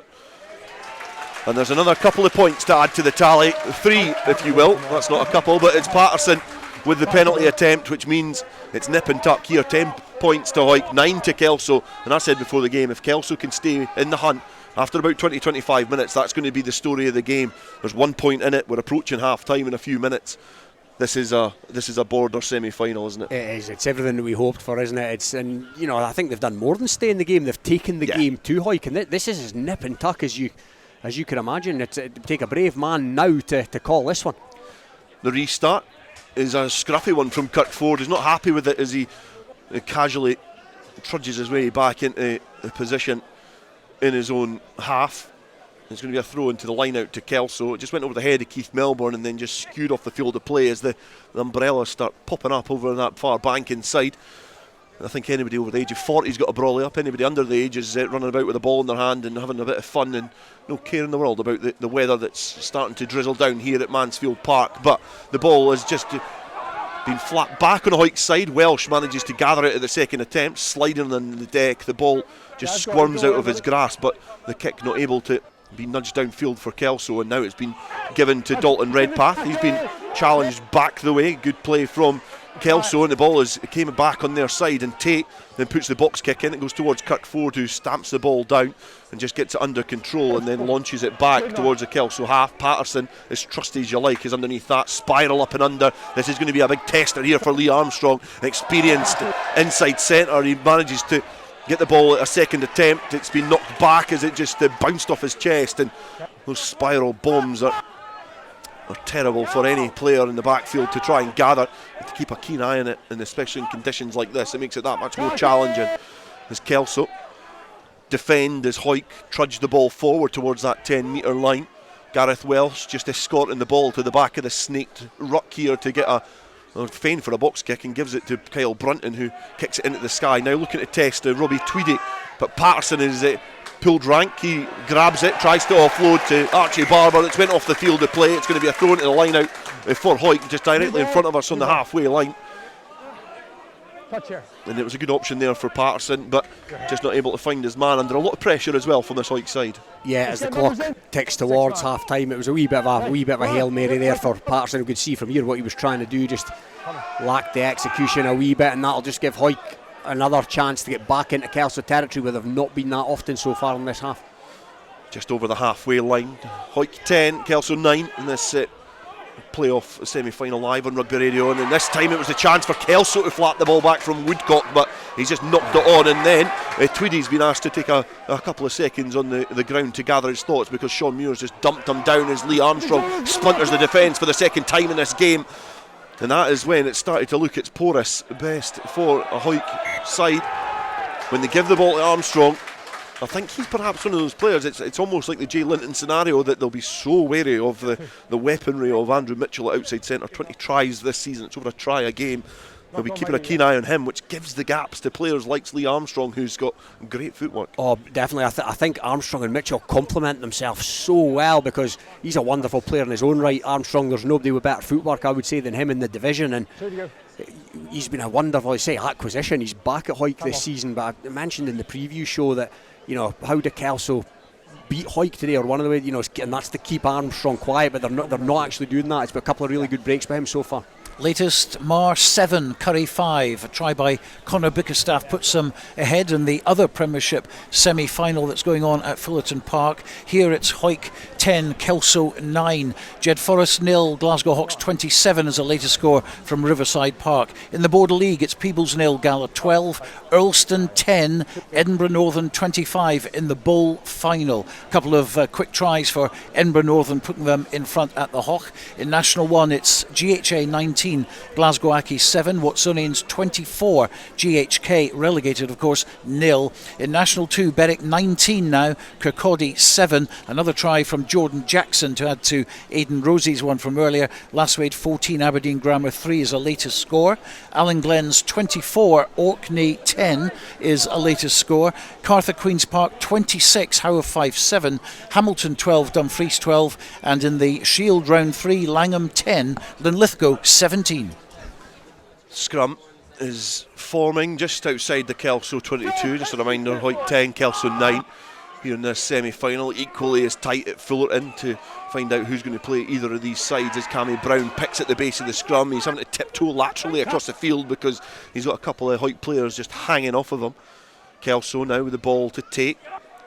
Now being given to Knox, who carries forward. Not carried that much in this game, but he's been trusted at that line out. Tate gives the ball deep to Hasty. He's then looking to try and just kick it to the sky and make a bit of a fist of it, because he's luring Kirk Ford out of his territory, and he's almost imprisoned inside of that Hawick ruck there, the Hawick fullback. And now Shawn Muir carries forward, ball tucked under his arm, and he is a player that's carried a lot in this game so far. Welsh then scoops the ball to Brunton, who gives it to Armstrong. He fends Robson and then goes back inside and changes direction so quickly to just dislodge that Kelso defence. And now Hawick have got a chance to try and attack inside Kelso territory. Callum Rennick, the little dynamo inside this Hawick side. Dalton Redpath, outstretched arm, just directing that he wants the ball. He's been challenged by Asante. Welsh has to dive on that ball, and he scoops it out and gives it to Wilson because he was under a bit of pressure in the second row. Just catapults himself forward, and now Brunton puts boot to ball. It's going to be a testing kick here on that far side for the Kelso players, but it's well gathered, almost a coming together in the area as well, but unflappable out in the far side there from James Thompson to gather that ball. We're in the final closing stages of this first half here at Mansfield Park, and Tate has just kicked the ball off the field of play, and I think that is going to bring the first half to a crescendo. And what a first half we've had here. We've had fights, we've had tries, and we've had some points as well. We've had a little bit of drizzle, but we've had action, and it has been an exciting and exhilarating first half here in Clubland, because it's been an advert for club rugby. And between Hawick and Kelso at half time here, it is Hawick 10, Kelso 9. It started well for Hawick. They got the first points in the game, but Kelso nudged himself in front with a couple of Patterson penalties. But Charlie Welsh got the only try of the game, which means that's the difference between these two sides. It's the boot of Patterson, but that try from Charlie Welsh means that Hawick get down the tunnel at half time here at Mansfield Park. It's Hawick 10, Kelso 9. This is Rugby Radio. Rugby Radio. Borders College is your local community college with qualifications recognised and valued by employers. To find out more, visit borderscollege.ac.uk today. Borders College, regionally focused, globally engaged.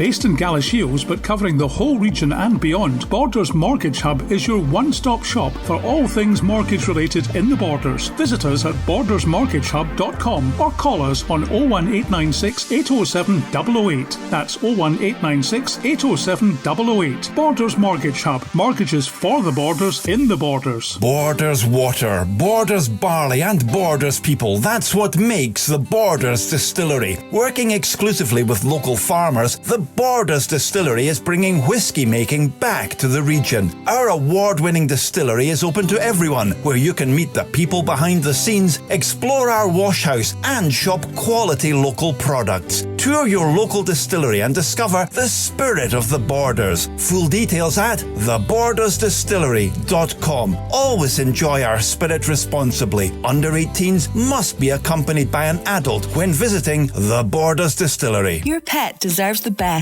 and that's why your pet deserves the care and treatment offered by Border Vets. We focus on delivering the very best care to each and every one of our patients and clients. We get to know you and your pet and offer treatments tailored to every animal's individual needs, from our conveniently located surgeries in Galashiels, Selkirk and Earlston. Ask about our Pet Health Club for your cat or dog, giving you peace of mind by spreading the cost of vaccinations, regular checks and more. From dental care to travelling abroad and the whole range of veterinary services, bordervets.co.uk is where you'll find everything you need to know. Border Vets, where your pets are part of our family. This is Rugby Radio, brought to you by Borders College. Yes, welcome back to Mansfield Park. My goodness, what a half that has been. Hawick 10, Kelso 9 in the other semi-final. It's now Mar 7, Curry 12. Curry with 2 tries to Mar's 1. They've got their noses in front at the moment. Here it's Hawick 10, Kelso 9 in the other playoff match. We'll be talking to David Ferguson in a second. Jed Forest 7, Glasgow Hawks 34 half-time in the Premiership. In the Border League, it's Peebles 7, Gala 12 at half-time. Earlston 10, Edinburgh Northern 25 is the latest score from the Hawk in the East Bowl final. In National 1, GHA 19, Glasgow Accies 7, and it's half-time at Mireside, 45 points to nil. They lead over relegated GHK. In National 2, Berwick 19, Kirkcaldy 7 at the interval, and going to plan for the Scremiston men there. Not so for Aberdeen Grammar. It's Lasswade 21, Aberdeen Grammar 10. Remember, Aberdeen Grammar need 5 points out of that game to stay in touch. Berwick only need 2 points, and they're 19-7 ahead of Kirkcaldy. Into National 3, Allenglens 24, Orkney 10, Cartha Queen's Park 33, Howe 5 14, and Hamilton 12, Dumfries 12 in that game. And in the Shield round 3, it's Langham 10, Linlithgow going ahead now 17. Don't forget Linlithgow, winners of East League 1, and they've had a great season as well, going through unbeaten, 13 games out of 13, but a close one at Milltown at the moment.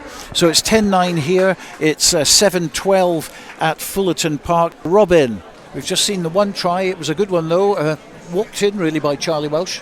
It was a walk-in after great play by Jay Linton at the base of the scrum. Mentioned it again in commentary that he just fixed the Kelso defence. Yeah, he had options available to him, he picked the right one, and he was otherwise pretty quiet in the first half. He's been well marshalled by Kelso, but that's what quality players do. They crop up with a little bit of top class play at the right time, and that's what created the space. The wonderful pass out to the fullback, and fullback tipped on to Charlie Welsh, and as you say, it was a walk-in. It was almost inevitable. We were going to get a bit of a dust up, and we got that about 5 or 6 minutes in. That kind of set the scene, didn't it? It needed it.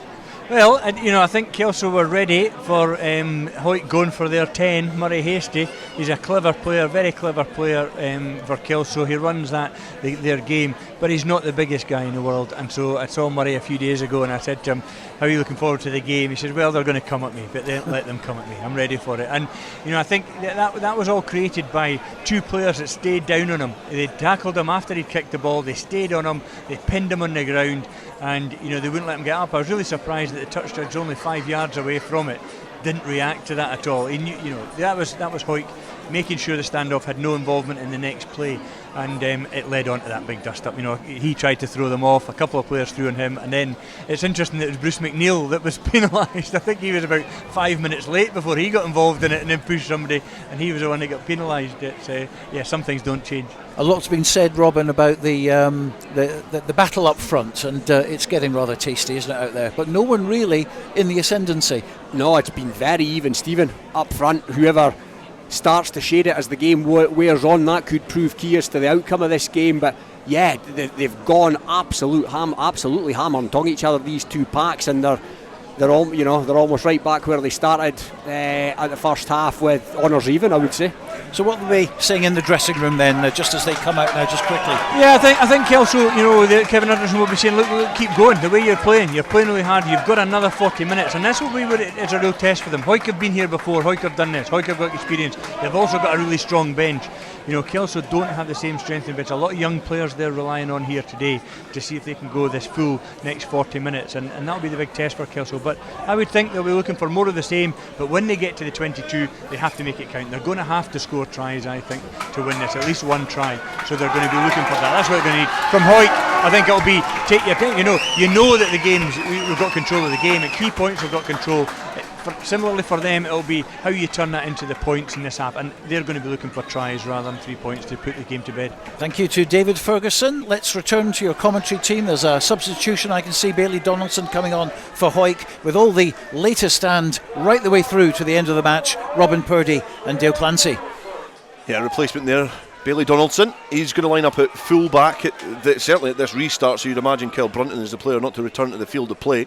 Kirk Ford up taking the restart, and Hawick will be playing towards the clubhouse, and the scoreboard, which reads at the moment 10-9, there'll be locked eyes on that for the duration of this battle here for the next 40 minutes, and that'll dictate the narrative of this game. As Kirk Ford gets play underway, it's been kicked to Brown, and Brown looks to try and evade the clutches of the onrushing Andrew Mitchell, who does well to shackle the Kelso number 8, Tate.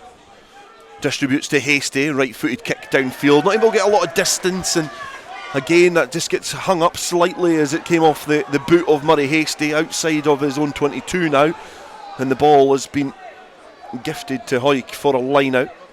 Very little wind to speak of here at Mansfield Park. It's well, you can see further up the stand side actually there's a little blow-in from right to left, so certainly Kelso will be kicking into a wind in this second half of somewhat, but the other flags around the touchline area flutter very little. There's a bit of movement at the line out. It goes to the tail, and Dalton Redpath was outstretched. The wraparound there from Rennick's lining up. It was Callum to Fraser Rennick who gave the ball to Andrew Mitchell, who looked to try and breach this Kelso defensive line yet again. The referee's got a keen eye on this breakdown because it's very slow to come back from Welsh, and Welsh gives it to Shawn Muir, the captain, with his first carry of this second half. Welsh stoops again and gave it to Callum Rennick. He's been wrapped round there by Keith Melbourne.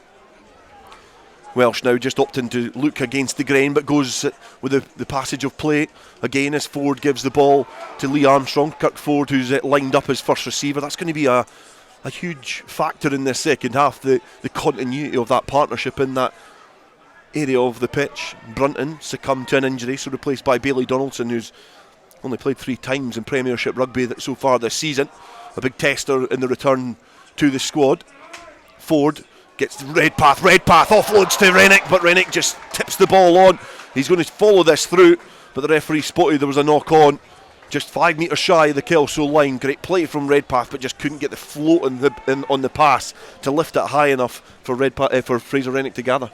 Yeah, chance goes a begging, but first blood, if you like, in this second half. The Hawick, they've came very much out the traps. It wasn't the best clearance kick from Murray Hasty off his usually reliable left peg, and it's given Hawick field position, and they were just about through the gap there. It was a wonderful line out, and you're right there, Dale, it's going to be interesting to see how Donaldson fares in this second half. Last week I believe he was playing for Langham against Haddington, and this is an altogether different kettle of fish. Yeah, slightly different dynamic to this game. As I say, only played 3 times. His brother Hugh was in the cup winning side, the squad that afternoon, but both Donaldsons have played few and far between for the Greens so far this season. Bailey Donaldson, a talented rugby player, a player that I really liked when he was coming through into senior rugby. but just found things tough. And the ball put into the scrum. It's quickly been plucked from the base there by Bruce McNeil, who charges forward. He's been tasked with trying to steady this ball in the shadow of his uprights, not gift any cheap penalties to this Hawick side. Tate gives it to Melbourne. He looks to test Dalton Redpath's shoulder, and it passes that test because that left shoulder just brings Melbourne to ground. The referee keeping an eye on this. It's got very scrappy, very messy. The referee's arm is raised and communicating to the Kelso players because it looks like they've coughed up possession. It's come back on Hawick's side, digging about in there to try and bring it back, and it is Fraser Rennick who arrives with the ball, and it's cheap possession given away from Kelso. How crucial is that going to be in this game? The early stages of the second half, 3.5 minutes gone. It's Hawick 10, Kelso 9. Hawick have possession, but the penalty going to go the way of Kelso.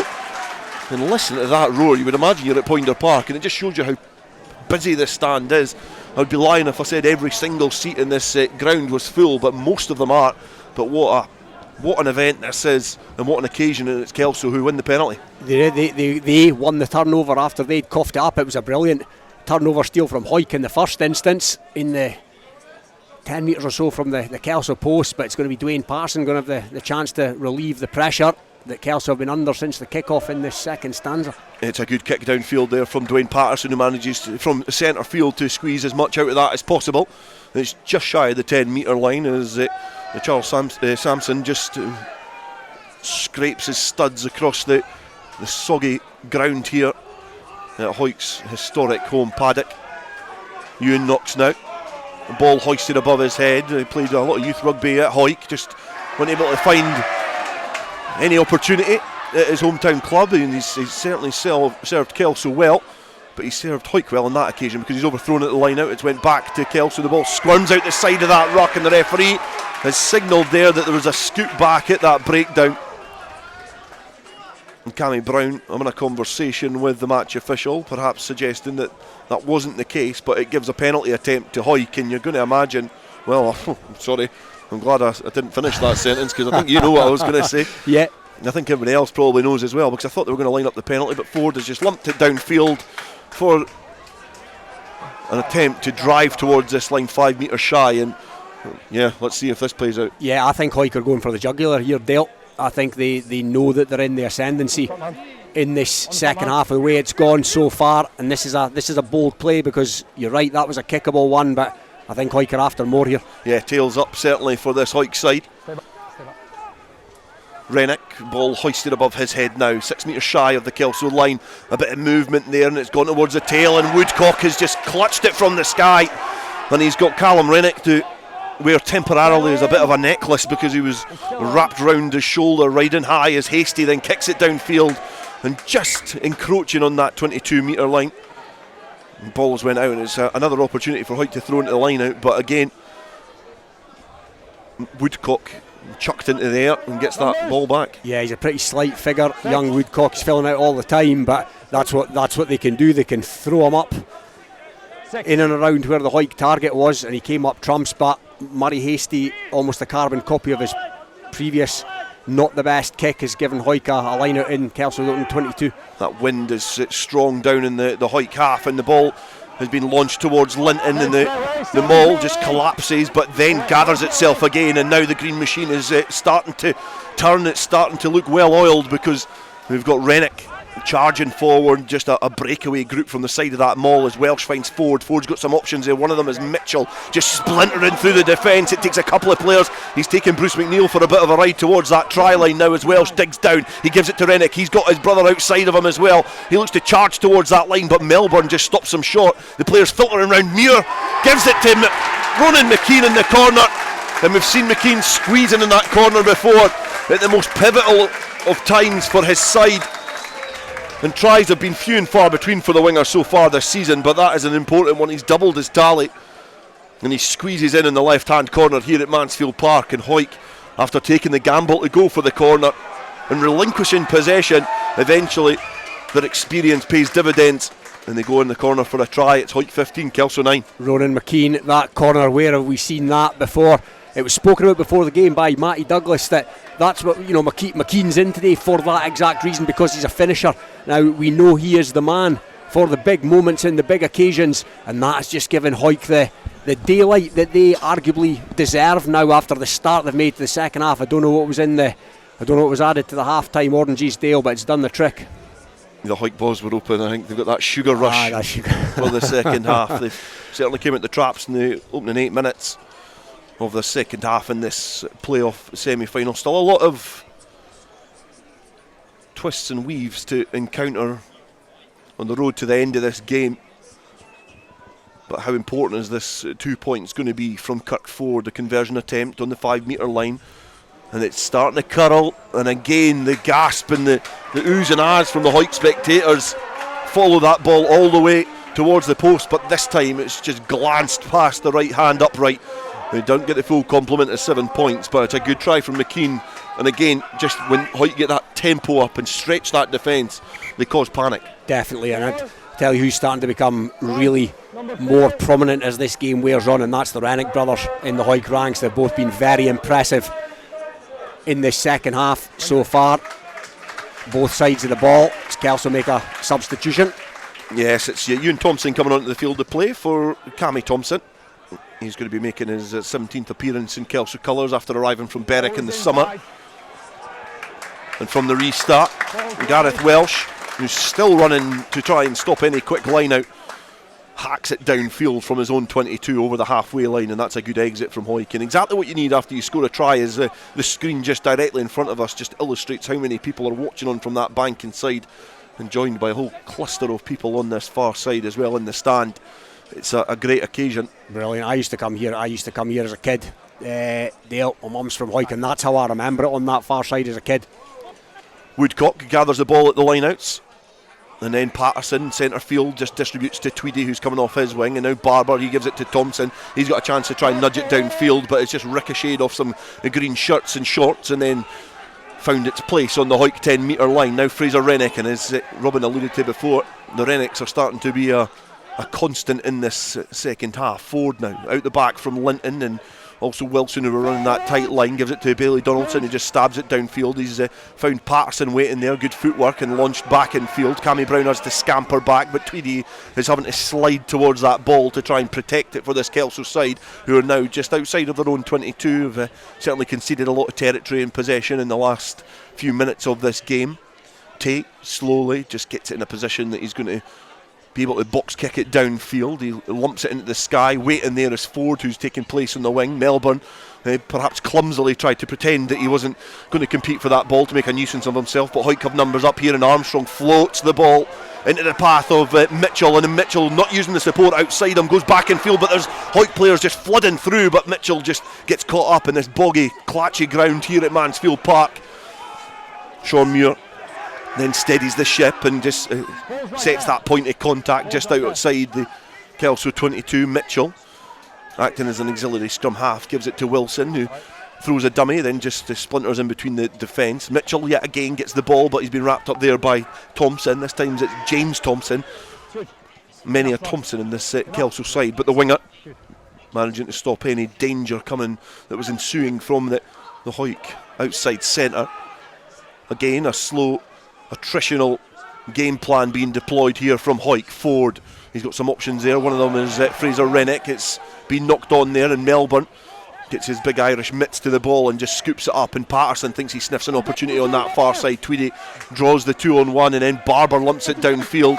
He keeps it inside as well, because Ford is back there for Hawick and inside his own half, and he's herring it laterally across the pitch, but Barber has got him for company and wraps round him like a belt and hauls him to ground. And Kirkford almost running into a bit of danger there, but Kelso putting pressure on the Hawick fullback. Hawick now slowing play down to allow Welsh a little bit of time to give the ball to Callum Rennick, who has his shirt stretched and tested to the limit, because these Kelso players certainly know they do not want to lose sight of him and let him escape their grasp as the ball is touched in flight. Waiting back there is Tweedy, and he casually looked to try and scoop the ball off the ground, but has just fumbled it forward under no pressure at all. So on the 10 metre line inside his own half, Kelso have coughed up possession and given it back to Hawick. Talk about big moments, Dale. That could be a big moment in this one as we get just that little bit deeper into the second half. Hawick ahead on the scoreboard, and now they're going to get the territorial gain by the error there by the winger Robbie Tweedy. Just takes takes the sting out of things as well for Hawick. Just a quick update from Fullerton Park. Mar 7, Curry 17 is the score. Sam Cardozi, a gentleman mentioned by Robin Purdie earlier on in the programme. That's 10 points in front for Curry now in that game. Jed Forest 7, Glasgow Hawks 41 at Riverside Park. And it's all over at the Hawk, the East Bowl final. And the winners will be Edinburgh Northern. They've won 38 points to 10 against Earlston at the Hawk. In the Border League, it's all square now. David Collins, couple of tries, 12-12. Peebles against Gala. In National 1, GHA 19, Glasgow Accies 7, and Watsonians 45, GHK 0 is a later score. Berwick 29, Kirkcaldy 14, and Lasswade 33, Aberdeen Grammar 10, and that looks curtains for Aberdeen. The ball being put into the scrum here at Mansfield Park. Hawick 15, Kelso 9. And the Hawick scrum is starting to, I was going to say walk forward, but it's almost at a jog now as Kelso are being marched back, and Andy Tate flaps the ball as it was being deployed at the back of that scrum. And now the scrum halves are having a little coming together now. The referee and Cammy Brown pushing Welsh out of the road, and yeah, it's always a battle between us two scrum halves. Perhaps disperses a little bit quicker when it's the forwards, but it's been a penalty to Hawick here, and it looks like they're going to go for the sticks as well, which from far out. And I think in terms of this game of rugby, when they've got a 6-point advantage, this is a very bold and smart decision from the Hawick captain. I would say so, Dale, because if they slot it, assuming they slot it, it takes it out with that 7-point territory. It makes it a 2-score game. We seen Kirkford earlier on put it in the corner when he could have kicked it, and that turned out to be the right decision earlier on in this half. And we await the outcome of this, of course, but if he strokes this over, then just that wee bit more daylight, and Hawick doing what the good teams do, the champion teams do. They're keeping the scoreboard, well, he's got to kick it yet, but they're attempting at least to keep the scoreboard ticking over. Yeah, because the squad that's there is pretty much the main squad that was there last season, and obviously we mentioned that there were 7 players before that were involved in that defeat many years ago, so it's taken a few years to get the experience and the knowledge into this side. And is it going to pay off here? Ford, from a distance out just in front of his own 10-metre line, hacks it towards the uprights. It's being closely watched by the match officials, and they are happy that that's a successful kick as well. So Hawick stretched their lead here, 18 points to 9 with that penalty attempt from Kirkford, and it's been a great start to the second half for the home side here. Has indeed. You used that word experience a few seconds ago, Dale, and that's what Hawick have rippling through the ranks, and it was one of the real experienced campaigners, Kirkford, Mr. Cool over recent seasons. Brilliant decision to go for the penalty, and it paid dividends. Restart from Patterson into this swirling wind, which is starting to play a bit of a part in this game, especially from a Hawick perspective, as Linton, who's again been quiet in this game, has been well challenged there by Ewan Thompson, centre field. Ford wrapping round, has looked to kick it downfield into Patterson, who gets his hands on that ball just to stop the momentum as it trudges towards the 22, but he did a good job of trying to make sure that ball didn't squirm through his grasp. He looks to go and attack with the ball in hand. Mitchell does well to wrap him up, and Tate, who's having to scamper back quickly, puts the box kick in, and there is Lee Armstrong, who's managed just to out-jump all the Kelso players there and gather the ball as Welsh finds Callum Rennick. He drops the shoulder, looks to nudge his way over Cammy Brown as Welsh stoops again to get the ball into the hands of Ford, who gives it to Muir, who again that habitual position outside of his fly half, just charging on towards the ball. Ford kicks it forward into towards the 22, and it's now end over end going towards that try line and over just the wrong side of the flag for Kirkford. And a Hawick fan's perspective, it was a well measured kick, but it's going to come back for a scrum centre field just behind the halfway line. But it was a good option there from Kirkford, but Archie Barber, perhaps fortunately so, just watched that trundle over the touchline. Yeah, it wasn't much in it, fine margins, it went dead and go by maybe around about a foot. So as you mentioned, Kelso just need to get a wee bit of a foothold in this second half, but pretty good opportunity to do that here from a centre field scrum right on halfway. Blub on centre field just about. The match official is Rob McDowell, just taking his time to communicate with both sets of packs as they all take a knee and get ready to lock horns. And they stoop down and grasp on the shorts And then the shoulders collide at the set piece centre field, and it's a quick scrum there. Bruce McNeil having to work very hard to try and get that back. It's Cammy Brown actually, but it crumbles, so it allows Patterson to spiral the ball downfield, and he's looking to try and do what Kirkford couldn't. It's just went and stopped and spun on the ground as Bailey Donaldson returns it centre field. He looks to keep it in the field of play. Patterson, who's stopping. Players still on rushing as he kicks it into the sky, and this is a challenging bomb yet again, and Welsh is having a little look at this. Thompson, who's leapt into the sky to gather the ball. It caught Gareth Welsh unawares. He's gathered it. He's been challenged in the air by the scrum half. It was great awareness from the Kelso winger and perhaps desperation from the Hawick scrum half. And again, the sides scragging at the shirts, sticking up for their respective teammates here. The referee in the middle of it all, looking to try and get some sense into these players to make sure it doesn't boil over and they start to retreat back into their huddles. But what great awareness there from Thompson, who just jumped into the sky, and he was caught probably at his apex there as well by Welsh. And there wasn't any malice in it. It was desperation and reaction from Welsh, but it was certainly could have been a lot more dangerous than what it perhaps was. Yeah, I think he's going to take a yellow. This is going to be an interesting facet of the game, but let's hear what the match official is going to say. First of all, we're going to speak about what happened after the incident. Right. Okay. Number 6 is ran in again. It wasn't 6. Okay. He was involved. Sorry. Yes. Yeah. It was 8. He's ran in this time. Okay. Still one of your players. Okay. Okay. And then you're like having to go at the air. I know he's touched. I know he's pushed you. Let's keep the tempers down. All right. Okay. Fair enough. We'll come back to the incident. His tackle in the air. All right. Yeah. Yeah. He's landed on his back. It's a yellow card. Welsh. No.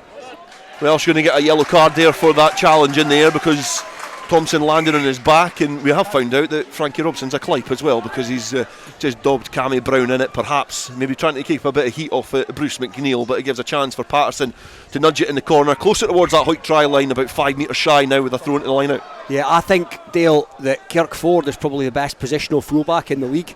Now he's playing 10 because of the injury to Brunton. There's an argument to say he marks that out the sky there. Yes, very well spotted there, Robin, and I tend to agree with you as well. There was a pocket of space there as the ball thrown into the line out, gathered by Melbourne, and the ball is then just squirmed towards the ground, plucked up by Wilson. Shawn Muir has just been shackled and scragged to the ground as well. Rennick looks to pluck and go, but he's not able to do so because he's just relinquished the ball and knocked it on in contact, and opportunity there for Kelso, just not able to come to fruition because of some scrappy play at that driving maul. Yeah, you used the word I was going to use, opportunity. That's a wasted opportunity for me. The 10 minutes with a man to the good, attacking line out in a prominent position with the penalty having been kicked a touch, and Hawick have done what Hawick do. They've sort of weathered that storm. They've got a break of the ball. They've made a nuisance of themselves, and they're going to have a scrum, which is a facet of the game that again since half time has been uber dominant for Hawick. And so you'd fancy them to clear their lines here and just eat a wee bit into that yellow card clock as well. Connor Sutherland and Ross Graham are going to come on for strength and depth. Oh yeah, exactly. That is exactly it. One of the players coming off is Fraser Wilson, but also Nicky Little. And the tight head is going to come off for Hawick. So again, yeah, exactly what you say there, Robin. They've got Connor Sutherland, who was probably be a bit miffed that he's perhaps not in the starting lineup, but also Ross Graham with all the experience that he has from various semi-professional and professional ranks over the years. He's going to pack down in the front row. The ball rolled in by Lee Armstrong, who's having to play at scrum half, and the scrum almost crumbles. The referee is just going to have to bring that back. It's just twisting round. And I was going to say, when the yellow card went on, it's going to be really interesting to see. There's your starting 9 and 10 now off the field of play for various reasons. They've not brought a player on to replace that scrum half in any way, shape or form. So obviously they're looking to try and bring Lee Armstrong out of that pocket. A huge reshuffle for these Hawick backs. Yeah, definitely Lee Armstrong's going to feed this scrum. A scrum that Hawick will be more than happy to take as long as possible to reset. Hawick will take 3 or 4 reset scrums here, no problem at all, while they've got a man in the bin. They're pivotal scrum half at that. But yeah, Armstrong in absolutely no hurry here, and that Hawick scrum just got a wee bit of a shunt on again before it started to go a wee bit to the side. I think Andy Tate and Lee Armstrong, when they were playing Borders rugby together years ago for representative, I didn't think they'd be opposing each other at a scrum half position, but from the wraparound there, Lee Armstrong just hacks it off the field to play outside of his 22. And obviously two players who have came through the ranks together, very similar ages, and both served their clubs very, very well. And it does look like there's going to be a replacement in the front row for Kelso, because Terry Logan has been plugged into the charger, and I think he's back up to full charge. So it means that Ashton Asante is going to be withdrawn, and Terry Logan returns to the field of play at what will be a pivotal time. 17 minutes left in the second half here. It's currently Hawick 18, Kelso 9 in this Premiership Play-off semi-final. An opportunity for both of these sides to contest for a final. Hawick looking to be back-to-back champions. Kelso looking to try and be champions for the first time since the late 80s. And from the line out, well secured. And now the drive coming on from Kelso. It's now over that 22-metre line. The ball just the other side, and now it's just over into Hawick territory. It's well secured, it's firm, it's perhaps, if anything, a little bit exposed there for Knox, and it's managed to stay there. Bruce McNeil is trying to get himself in a position to make a nuisance of himself, but Hawick all over the ball. The referee just signalling that he wants to come back on the side of Hawick. A couple of options there. Terry Logan gets his first opportunity to run with the ball in hand, and now Tate stoops again, but the penalty has went the way of the home side. Is sealing off there from the supporting Kelso players, and I think that perhaps does illustrate, if you commit so much to other elements of the game, some things do slip. And I think one thing slipping for Kelso so far this afternoon is the pace that they're getting to the breakdown. Yeah, maybe a wee bit. Jay Linton there, key bit of play by him. It was him that got in and attacked that ball.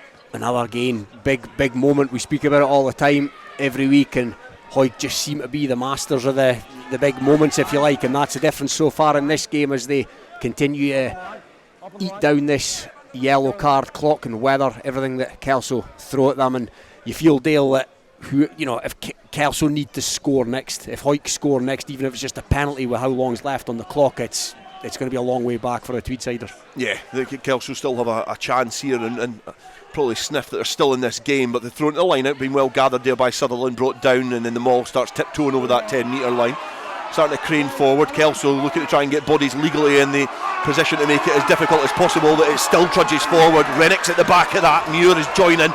He just swims his way over the hooker and then breaks away free. Ewan Thompson has to be the plug in the defence there, and Lee Armstrong playing scrum half gives it to Callum Rennick, and he's almost through that defensive line, but Kelso do well to scrag, and Hawick now down to 14 men, have their tails up. Ford kicks it across, and this is going to be challenging for Barber. He's got time, and he calls the mark there as well. No advantage coming, so it's going to go back for the infringement earlier on in that passage of play. And as you say, Hawick are starting to get closer to another opportunity, and you do feel another opportunity could potentially see the end of this valiant Kelso effort, because it's been, for stages of this game, they've looked like the better side. Yeah, they have large parts of the first half. They've not been in it too much in the second half of the day when push has really come to shove. Hawick have stepped up to the plate. They look a different team in the second half. I don't know what was said in there. Good management or good words by senior players or something along those lines, but Hawick have looked like the champion team that they are in this second half, but there's a long way to go yet. They've played many a game together in this squad, very consistent, and they've had to go to the wire. They've got the experience, and it's starting to show. Rennick with the ball above his head launches it into the line out to Stuart Graham, brought down, and now this Hawick pack starts to congregate and cluster and march its way towards that Kelso line. The heels are digging in black and white, but the green machine keeps rolling forward. It's splintered away. And Bruce McNeil, one player there defensively at the heart of everything. The advantage coming for Hawick as well. The ball not coming back, and the referee with that high hoisted arm in the air, looking and communicating with Bruce McNeil as he lies on the ground and starts to rise up. He's pushed back down to ground there by Fraser Rennick, perhaps in good humour. But the referee is certainly signalling to the experienced campaigner in the back row for Kelso, who's probably in the shape of his life, exactly what was going wrong there.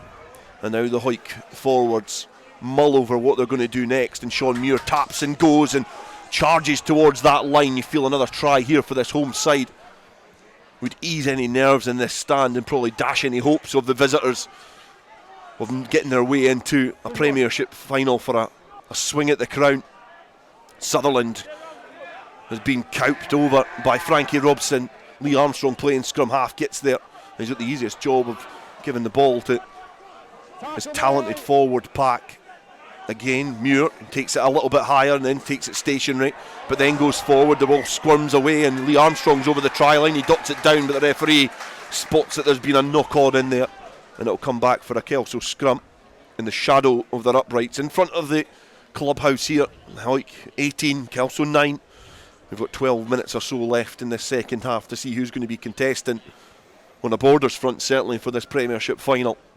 And it's been an interesting game in the second half. It's been entertaining, you know, in horrible, wretched weather here in Hawick. It's been an entertaining, interesting game. But you feel Hawick are now starting just to squeeze the life out of Kelso. Yeah, I think it's just the experience of operating at this level for a longer period. Let's not forget that Kelso came up from National 1 last season, and you don't want to come across condescending, but for them to be in the semi-final is absolutely remarkable. But of course they want to go one step further than that and continue with what has been the story of the season so far. But yeah, the rain just starting to get that bit heavier now. The pitch starting to look a wee bit heavier, and that you would imagine will work in the home team's favour. You've got to remember as well that Kelso did compete in a Border League final against Hawick a few seasons ago when they were in National 1 with a very similar squad. And so in one-off games they can certainly do it. We've still got a few minutes left to play. We've got 10 minutes or so left in this second half, but it's currently Hawick 18, Kelso 9. Latest scores: Mar 7, Curry 17 at the moment at Fullerton Park. That's in the other semi-final. The way it stands at the moment, it's going to be a Hawick-Curry match here in the final, and well, your guess is as good as mine when that's going to be. Sometime in May or June, probably, wouldn't surprise me. Fitting it in's the problem, of course. Jed Forest 14, Glasgow Hawks 41 is a latest score in the Premiership. In the Border League, it's Peebles 12, Gala 15. The final score at the Bowl final, the East Bowl final, Earlston 10, Edinburgh Northern 38. Edinburgh Northern lifting the trophy there. National 1, GHA 25, Glasgow Accies 7 is the latest, and Watsonians 45, GHK 7. International 2, Berwick running away with this now, 36-14 to them against Kirkcaldy. Duncan Hardy, the latest try scorer, and Lasswade 33, Aberdeen Grammar 10 is a latest score, and National 3, Carther 47, Howe Fife 35. Big scoring game there for Carther, who are towards the foot of that table.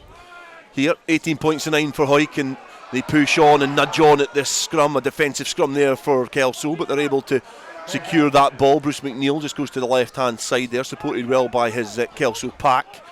Replacement as well for Hawick. Russell Anderson's come on for the imperious Fraser Rennick, who certainly can't be far away as player of the match alongside his brother Tate, who's stooped over at the ball. Box kick downfield, and Kelso looking to put a bit of pressure on this. Charlie Welsh does a great job of securing that ball after losing his footing in front of a healthy crowd over on the banking side here at Mansfield Park. Ball secured for Hawick. They try and commit another few bodies just to make it that little bit more steady. Dalton Redpath now playing scrum half. Tipped on there to Shawn Muir. He just runs into the body of Terry Logan. Lee Armstrong gives the ball to Kirk Ford, a new half-back pair in there, and then tipped on. Sunderland finds Callum Rennick, and then Callum Rennick is just airing it towards the line. He's broke through a challenge there. Hawick are now in behind the defensive line. Can they score again? The knock on there has come from Hawick, and there's an opportunity gone begging. We've got 9 minutes left in this game, probably 10 because we've not stopped the watch on this side, but about 10 minutes left, and that would have been the opportunity to put this to bed as Declan Lightfoot's going to come on for Gareth Welsh at scrum half. That was the game, Dale. That was the game right there. But they've come up with an error. What a wonderful break it was by Callum Rennick. How often have we seen him run like that over the course of the last season or two? What a game he's had. And yeah, you're absolutely right. Him and his brother are going to be right in the shake-up for when the bottle of champagne or whatever it is gets handed out at the end of this one. Callum Rennick, he's one of those players that when he launches himself into contact, even when he's into contact and the bodies are there, he seems not to slow down whatsoever. You know, he's imperious with the ball in hand, very impressive in the loose. But it's a scrum put in to Kelso, deep inside their own territory yet again. The referee not happy with the way that scrum was going, so it'll eke another few seconds out of this stopwatch as he's going to just address the issues that's happening at this set piece. The forwards now, the front row, all huddle in yet again, ready to contest this scrum.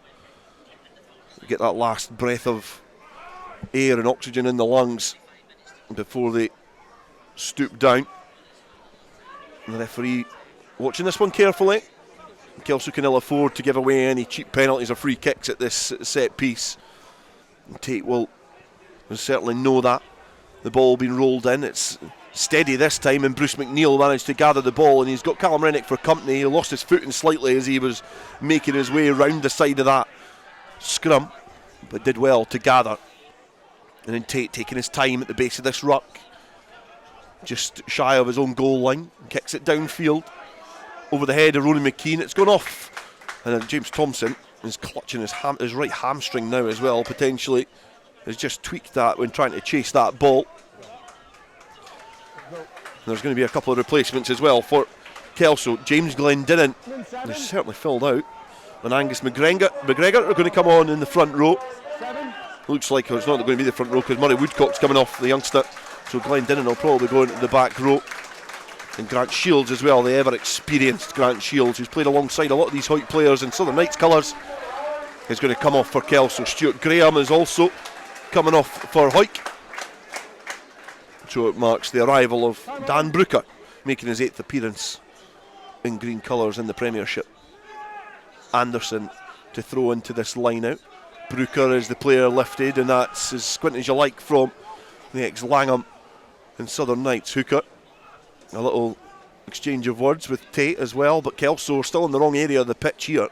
Camped deep inside their own half, and they'll be certainly wanting to escape this area soon, because Hawick, the longer that they're down here in this part of the field, we were saying this off air before, Robin, the longer that they're down in their own area, the less likely they are to be able to put Hawick under pressure, because defensively Hawick are a solid outfit. Yeah, Hawick are a ridiculously solid outfit in defence, and for all that Kelso have had possession and a lot of territory in the first half, I'm actually thinking, Dale, they've not really had too many scoring opportunities. They've not had too many chances.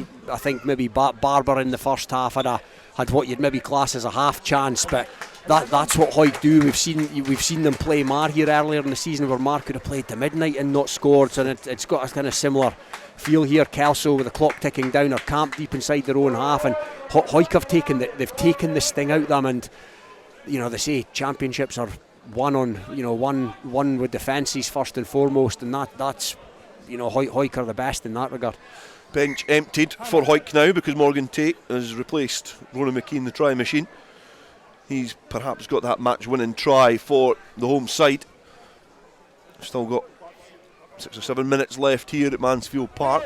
Still 3 replacements on the bench yet to be utilised for Kelso. All backs as well. Nick Stingle, Mark Wilson and Andrew Sweeney yet to feature in this game. Free kick goes the way of Kelso from the scrum. Bruce McNeil quickly just tears himself, and the experience showing the Hawick players with their backs turned. He just ran straight at their numbers, knowing that it was going to be difficult for them to march back 10 quickly the rate he was going. And now Tate finds Hasty finds Patterson. He's looking to try and go on the outside of Armstrong. And Hawick now back up to a full complement of 15 players. He's been spilled over to Robbie Tweedy, who perhaps played his part in the build-up to the Hawick try when he coughed up possession. And now Brown charges forward. Tate looks left, then looks right, and opts to utilise Ewan Thompson. He presents the ball back. Tate gets there. He's found Ewan Knox. He's been pushed into contact as well to just gain that little bit extra going into contact against this robust Hawick outfit. Their resilience in defence, Hawick, is something to be admired.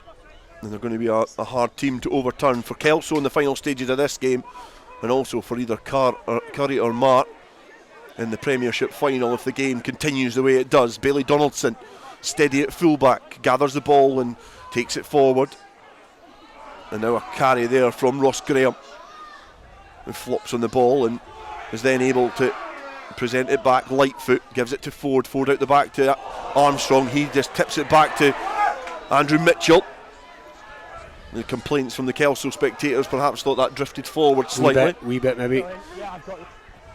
Pass from Sutherland through the legs. which eventually arrives into the hands of Jay Linton, who has still been pretty quiet apart from that. Obviously the build up to that try earlier on in the game. Lightfoot at scrum half finds Redpath with the outstretched right arm yet again, just willing to get the ball in his possession so he can test his Kelso defence. Now Ford, ball in hand, just kicks a low stabbing ball to James Thompson, who earlier hurt his hamstring, so this is going to be an interesting one. Right footed kick just off the outside of his boot, just bananas, out just shy of the 22 metre line. And that is when you know what your body's like when you're in your 22. If you've got two Hoyt players charging at you and you've got a kick, you're thinking loads and loads of things, but he's probably not been able to hit that as accurately as he wanted. Yeah, and it's just all going Hoyt's way at the moment. They're just starting to win the collisions. Kelso have been so dogged, they've stuck in so much, but Hoyt's extra experience, their extra knowledge, if you like, what to do at these times in these important games, just starting to come to the fore for me. Yeah, there are points in the game where Kelso, because of the penalty count, have played mature rugby, but those two tries have been pivotal for this home side so far. The ball thrown into the line out yet again. It's been brought down, it charges forward, and there's a couple of old school boots in there as well, going over the top of Cammy Brown, who will be bearing the scars of that tomorrow morning.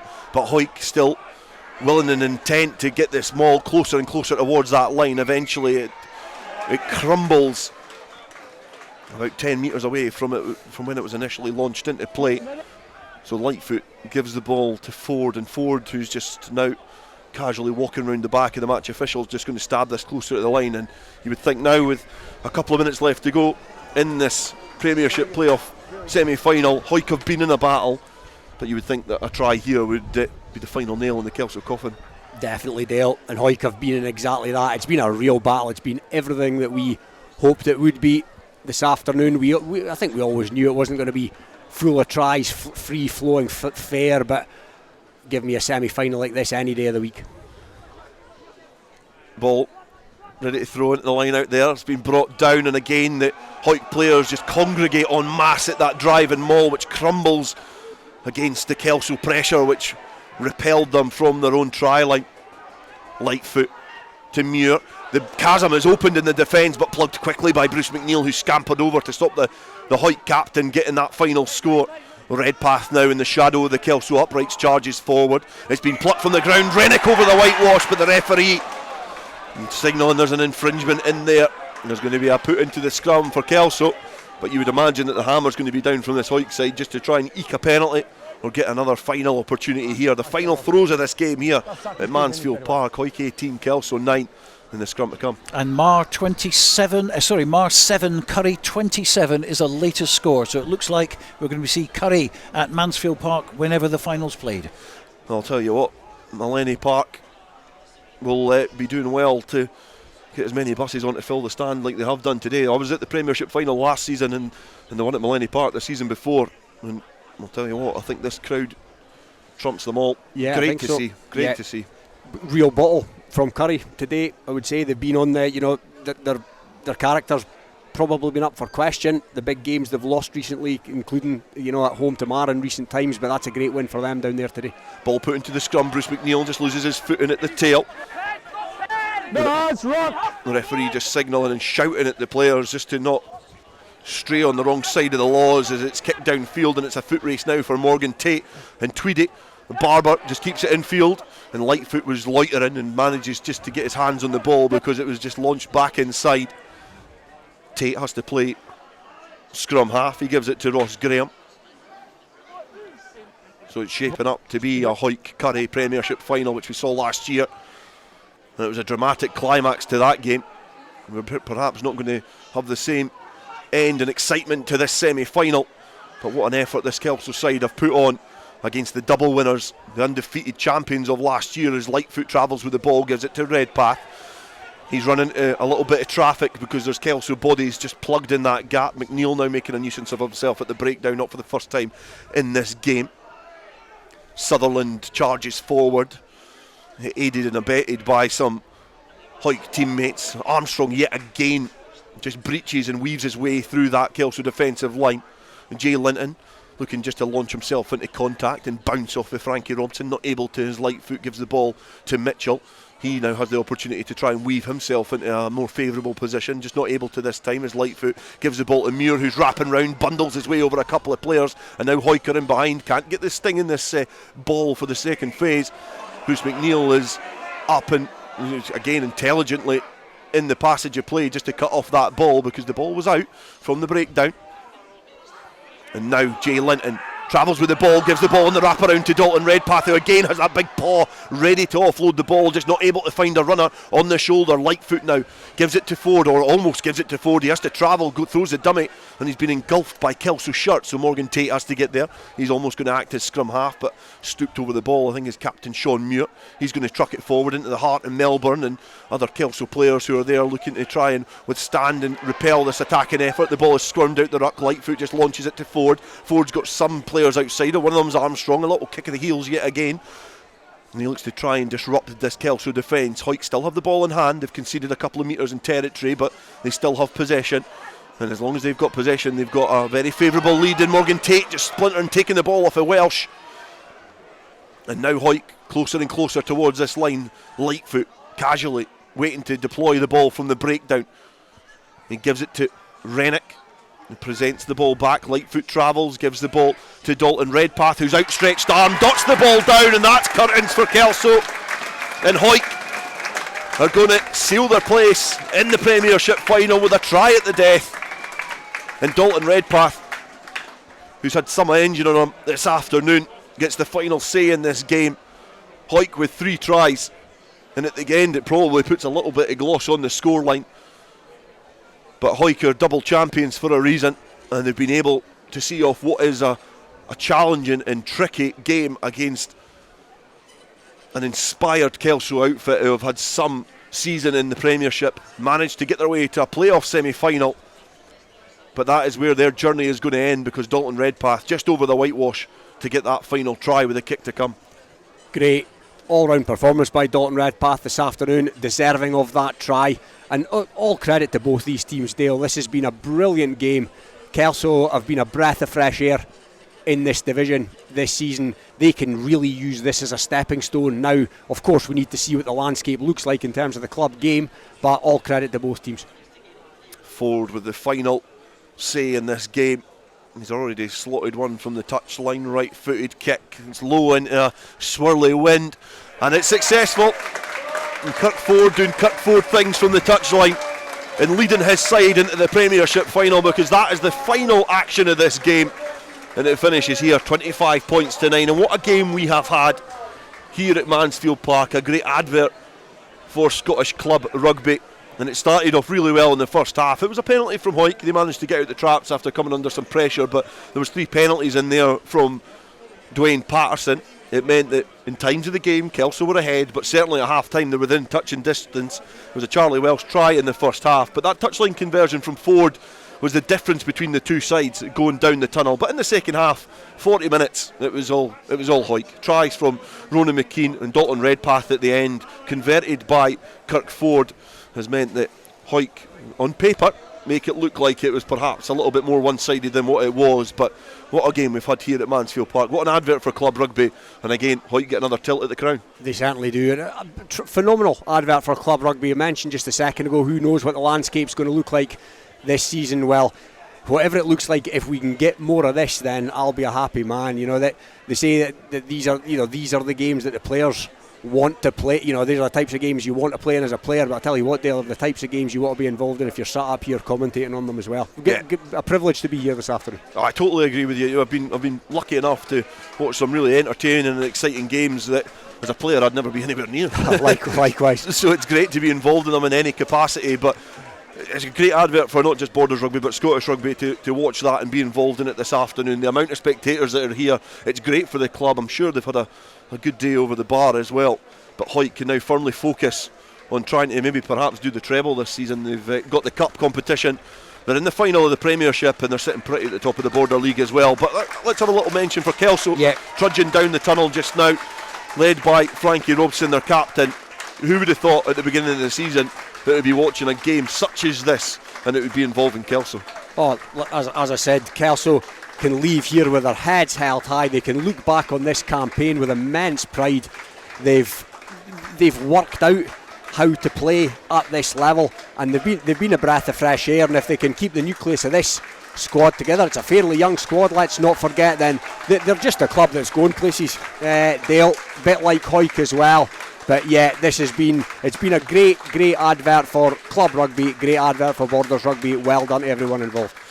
With the Super Series coming to its crescendo, I'm not sure where club rugby is going to be travelling to, but I'm certainly liking where we are just now at the back of the stand here at Mansfield Park. Two sides with a rich history in the club game, Scottish champions at different times in their rich history, fighting it out for a position in a playoff final where they're going to play Curry, and we know now it's going to be Hawick versus Curry here at Mansfield Park. A repeat of last year's final, and Curry have had to do it the hard way. Hawick have to keep up their standards all the way to that game. But what an exciting and thrilling, enthralling game we've had here at Mansfield Park, and it finishes Hawick 25, Kelso 9.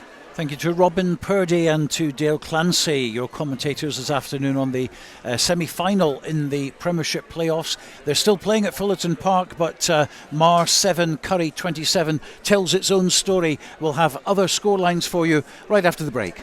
This is Rugby Radio. Rugby Radio. Borders water, Borders barley and Borders people. That's what makes the Borders Distillery. Working exclusively with local farmers, the Borders Distillery is bringing whiskey making back to the region. Our award-winning distillery is open to everyone, where you can meet the people behind the scenes, explore our wash house and shop quality local products. Tour your local distillery and discover the spirit of the Borders. Full details at thebordersdistillery.com. Always enjoy our spirit responsibly. Under 18s must be accompanied by an adult when visiting the Borders Distillery. Borders College is your local community college. Why not read about the successes of former students, from successful businesses to top sports athletes? We love to share their successes and hear from former students. If that's you, get in touch and tell us about your own success. Read the success stories and tell us about yours right now at borderscollege.ac.uk. Borders College, regionally focused, globally engaged. Based in Galashiels but covering the whole region and beyond, Borders Mortgage Hub is your one-stop shop for all things mortgage related in the Borders. Visit us at bordersmortgagehub.com or call us on 01896 807 008. That's 01896 807 008. Borders Mortgage Hub. A semi-final in the Premiership Play-off, Hawick 25, Kelso 9 is how it ended. And in the other one, late Colin Sturgeon try made no difference to the result. It was Mar 12, Curry 27 in the end. Well, we've got some reaction from Kelso. Bruce McNeil is with Robin Purdie. Bruce, the first half you looked like men on an absolute mission and didn't look fazed by the occasion at all. The past kind of 2-3 weeks we've been focusing on getting a good start and trying to, nullify the crowd here at Mansfield, and I think to our boys' credit, we've probably done that to a certain extent. But the big message at half time was, however well we played in the first 40 was never going to be good enough to win the game. We knew we had to go to another level, and just unfortunately we couldn't do that. The game to me looked like a step up in intensity from any other club game that I've seen this season. Did it feel like that out in the field? It certainly does now, to be fair, but we prepared well, and we knew exactly what was coming. We knew it was going to be one of the toughest games we've played this season, some of the boys in their career, to be fair, and it certainly was. It was great to play in. It was a great spectacle and thoroughly enjoyable, and I'm hoping our boys get a taste for that and they quite enjoyed it and they really want to kick on, and these experiences can only make players better, hopefully, and listen, we'll have a good few beers tonight. We wish Hawick all the best in the final. I'm sure they'll do well, but listen, we came here making sure we didn't have any regrets, and listen, we don't have any regrets. We fired as many shots as we could. At the end of the day, the better team won. And you had 60 points put on you here a mere few months ago. What's the massive improvement been down to as the season has worn on? Belief.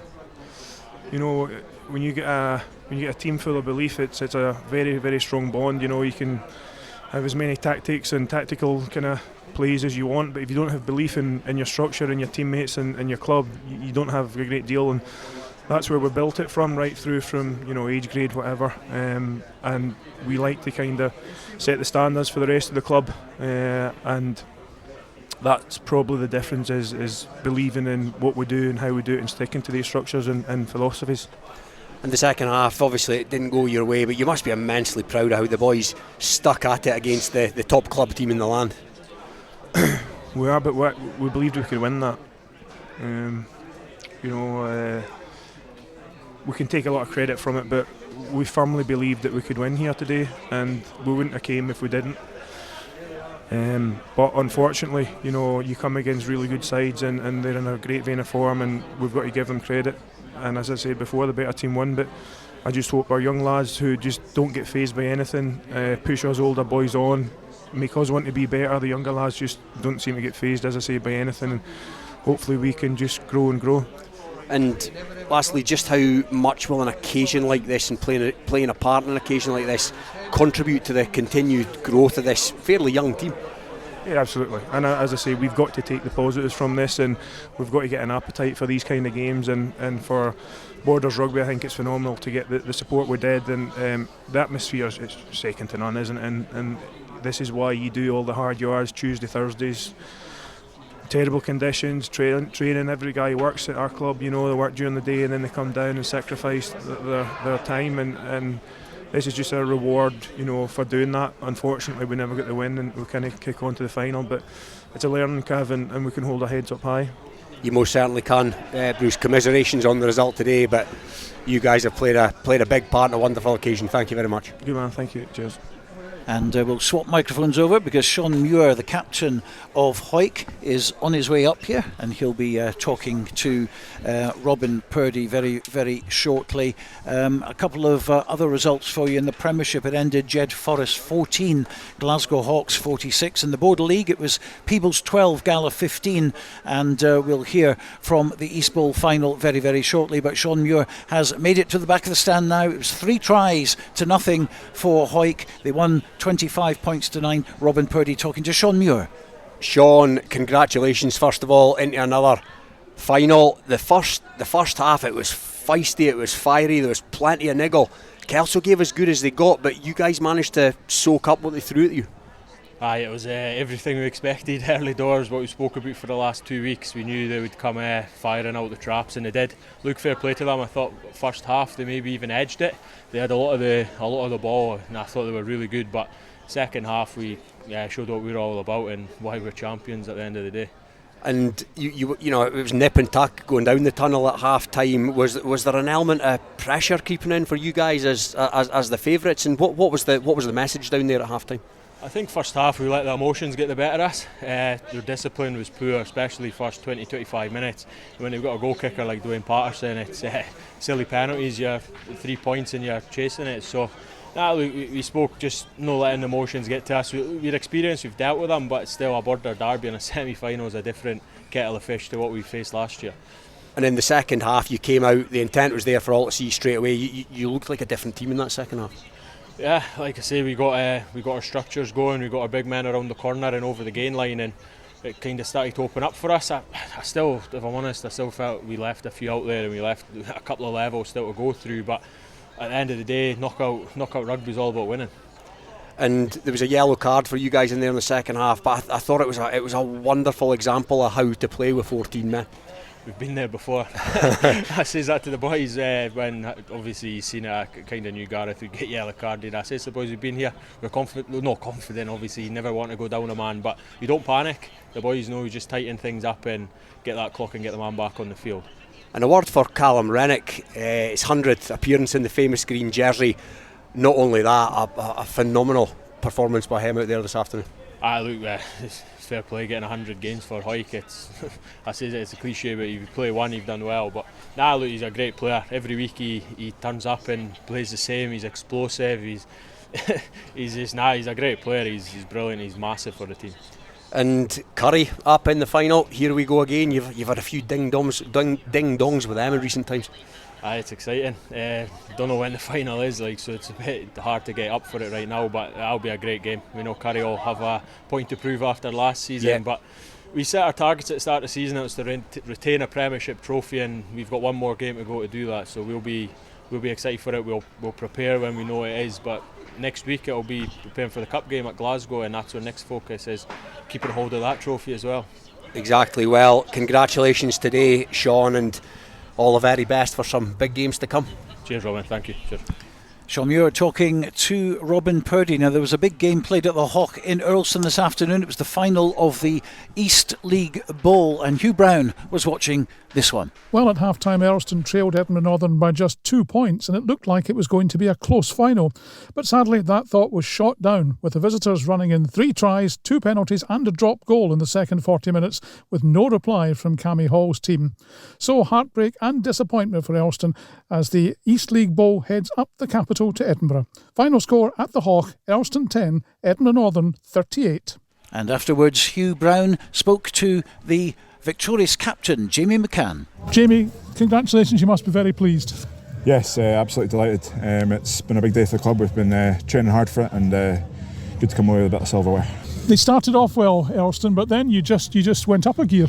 Yeah, Earlston, all credit to them. They came out with great intensity, a lot of pace, and they had us in the back foot, but we went back to our fundamentals that we've trained hard, and we've come away with it, which is pleasing. And silverware going up to the capital? Yes, indeed. We always like to start a season hoping for silverware, so the plan is to kick on from here. Hopefully a couple more games and we'll have a very successful season. Many congratulations to Edinburgh Northern, victors at the Hawk today of the East Bowl, and commiserations, of course, to Earlston from East League 3. Well, let's quickly go over the results then as we have them. The Premiership semi-final playoff. It was Mar 12, Curry 27, Hawick 25, Kelso 9 was the final score here. Jed Forest 14, Glasgow Hawks 46 in the Premiership. That was the last game of all the 18 matches in the Premiership. In the Border League, it was Peebles 12, Gala 15.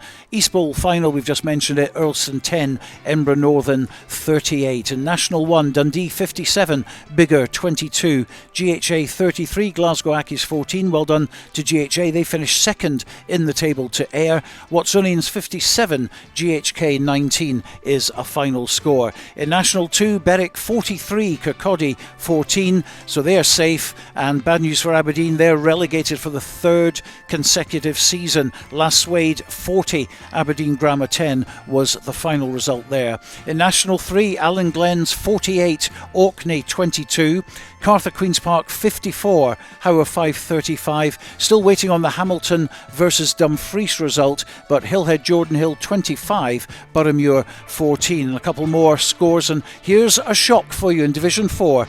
Garnock have lost for the first time this season. Strathmore 26, Garnock 25.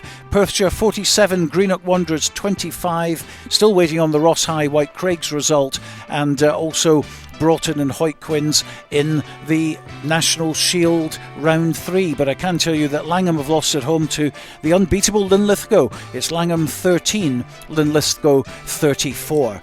Well, next week it's an international weekend again, so we won't be here on Saturday, and Scotland, of course, will be in Rome, but we will have a special for you on Friday night with a double header of Border League games. We'll be having full commentary of Gala versus Selkirk, always an interesting fixture, and we'll be at Netherdale for that one. That's on air at 7 o'clock right here on Rugby Radio. Hope you can join us then, but for now, from me and the team, a very good night to you.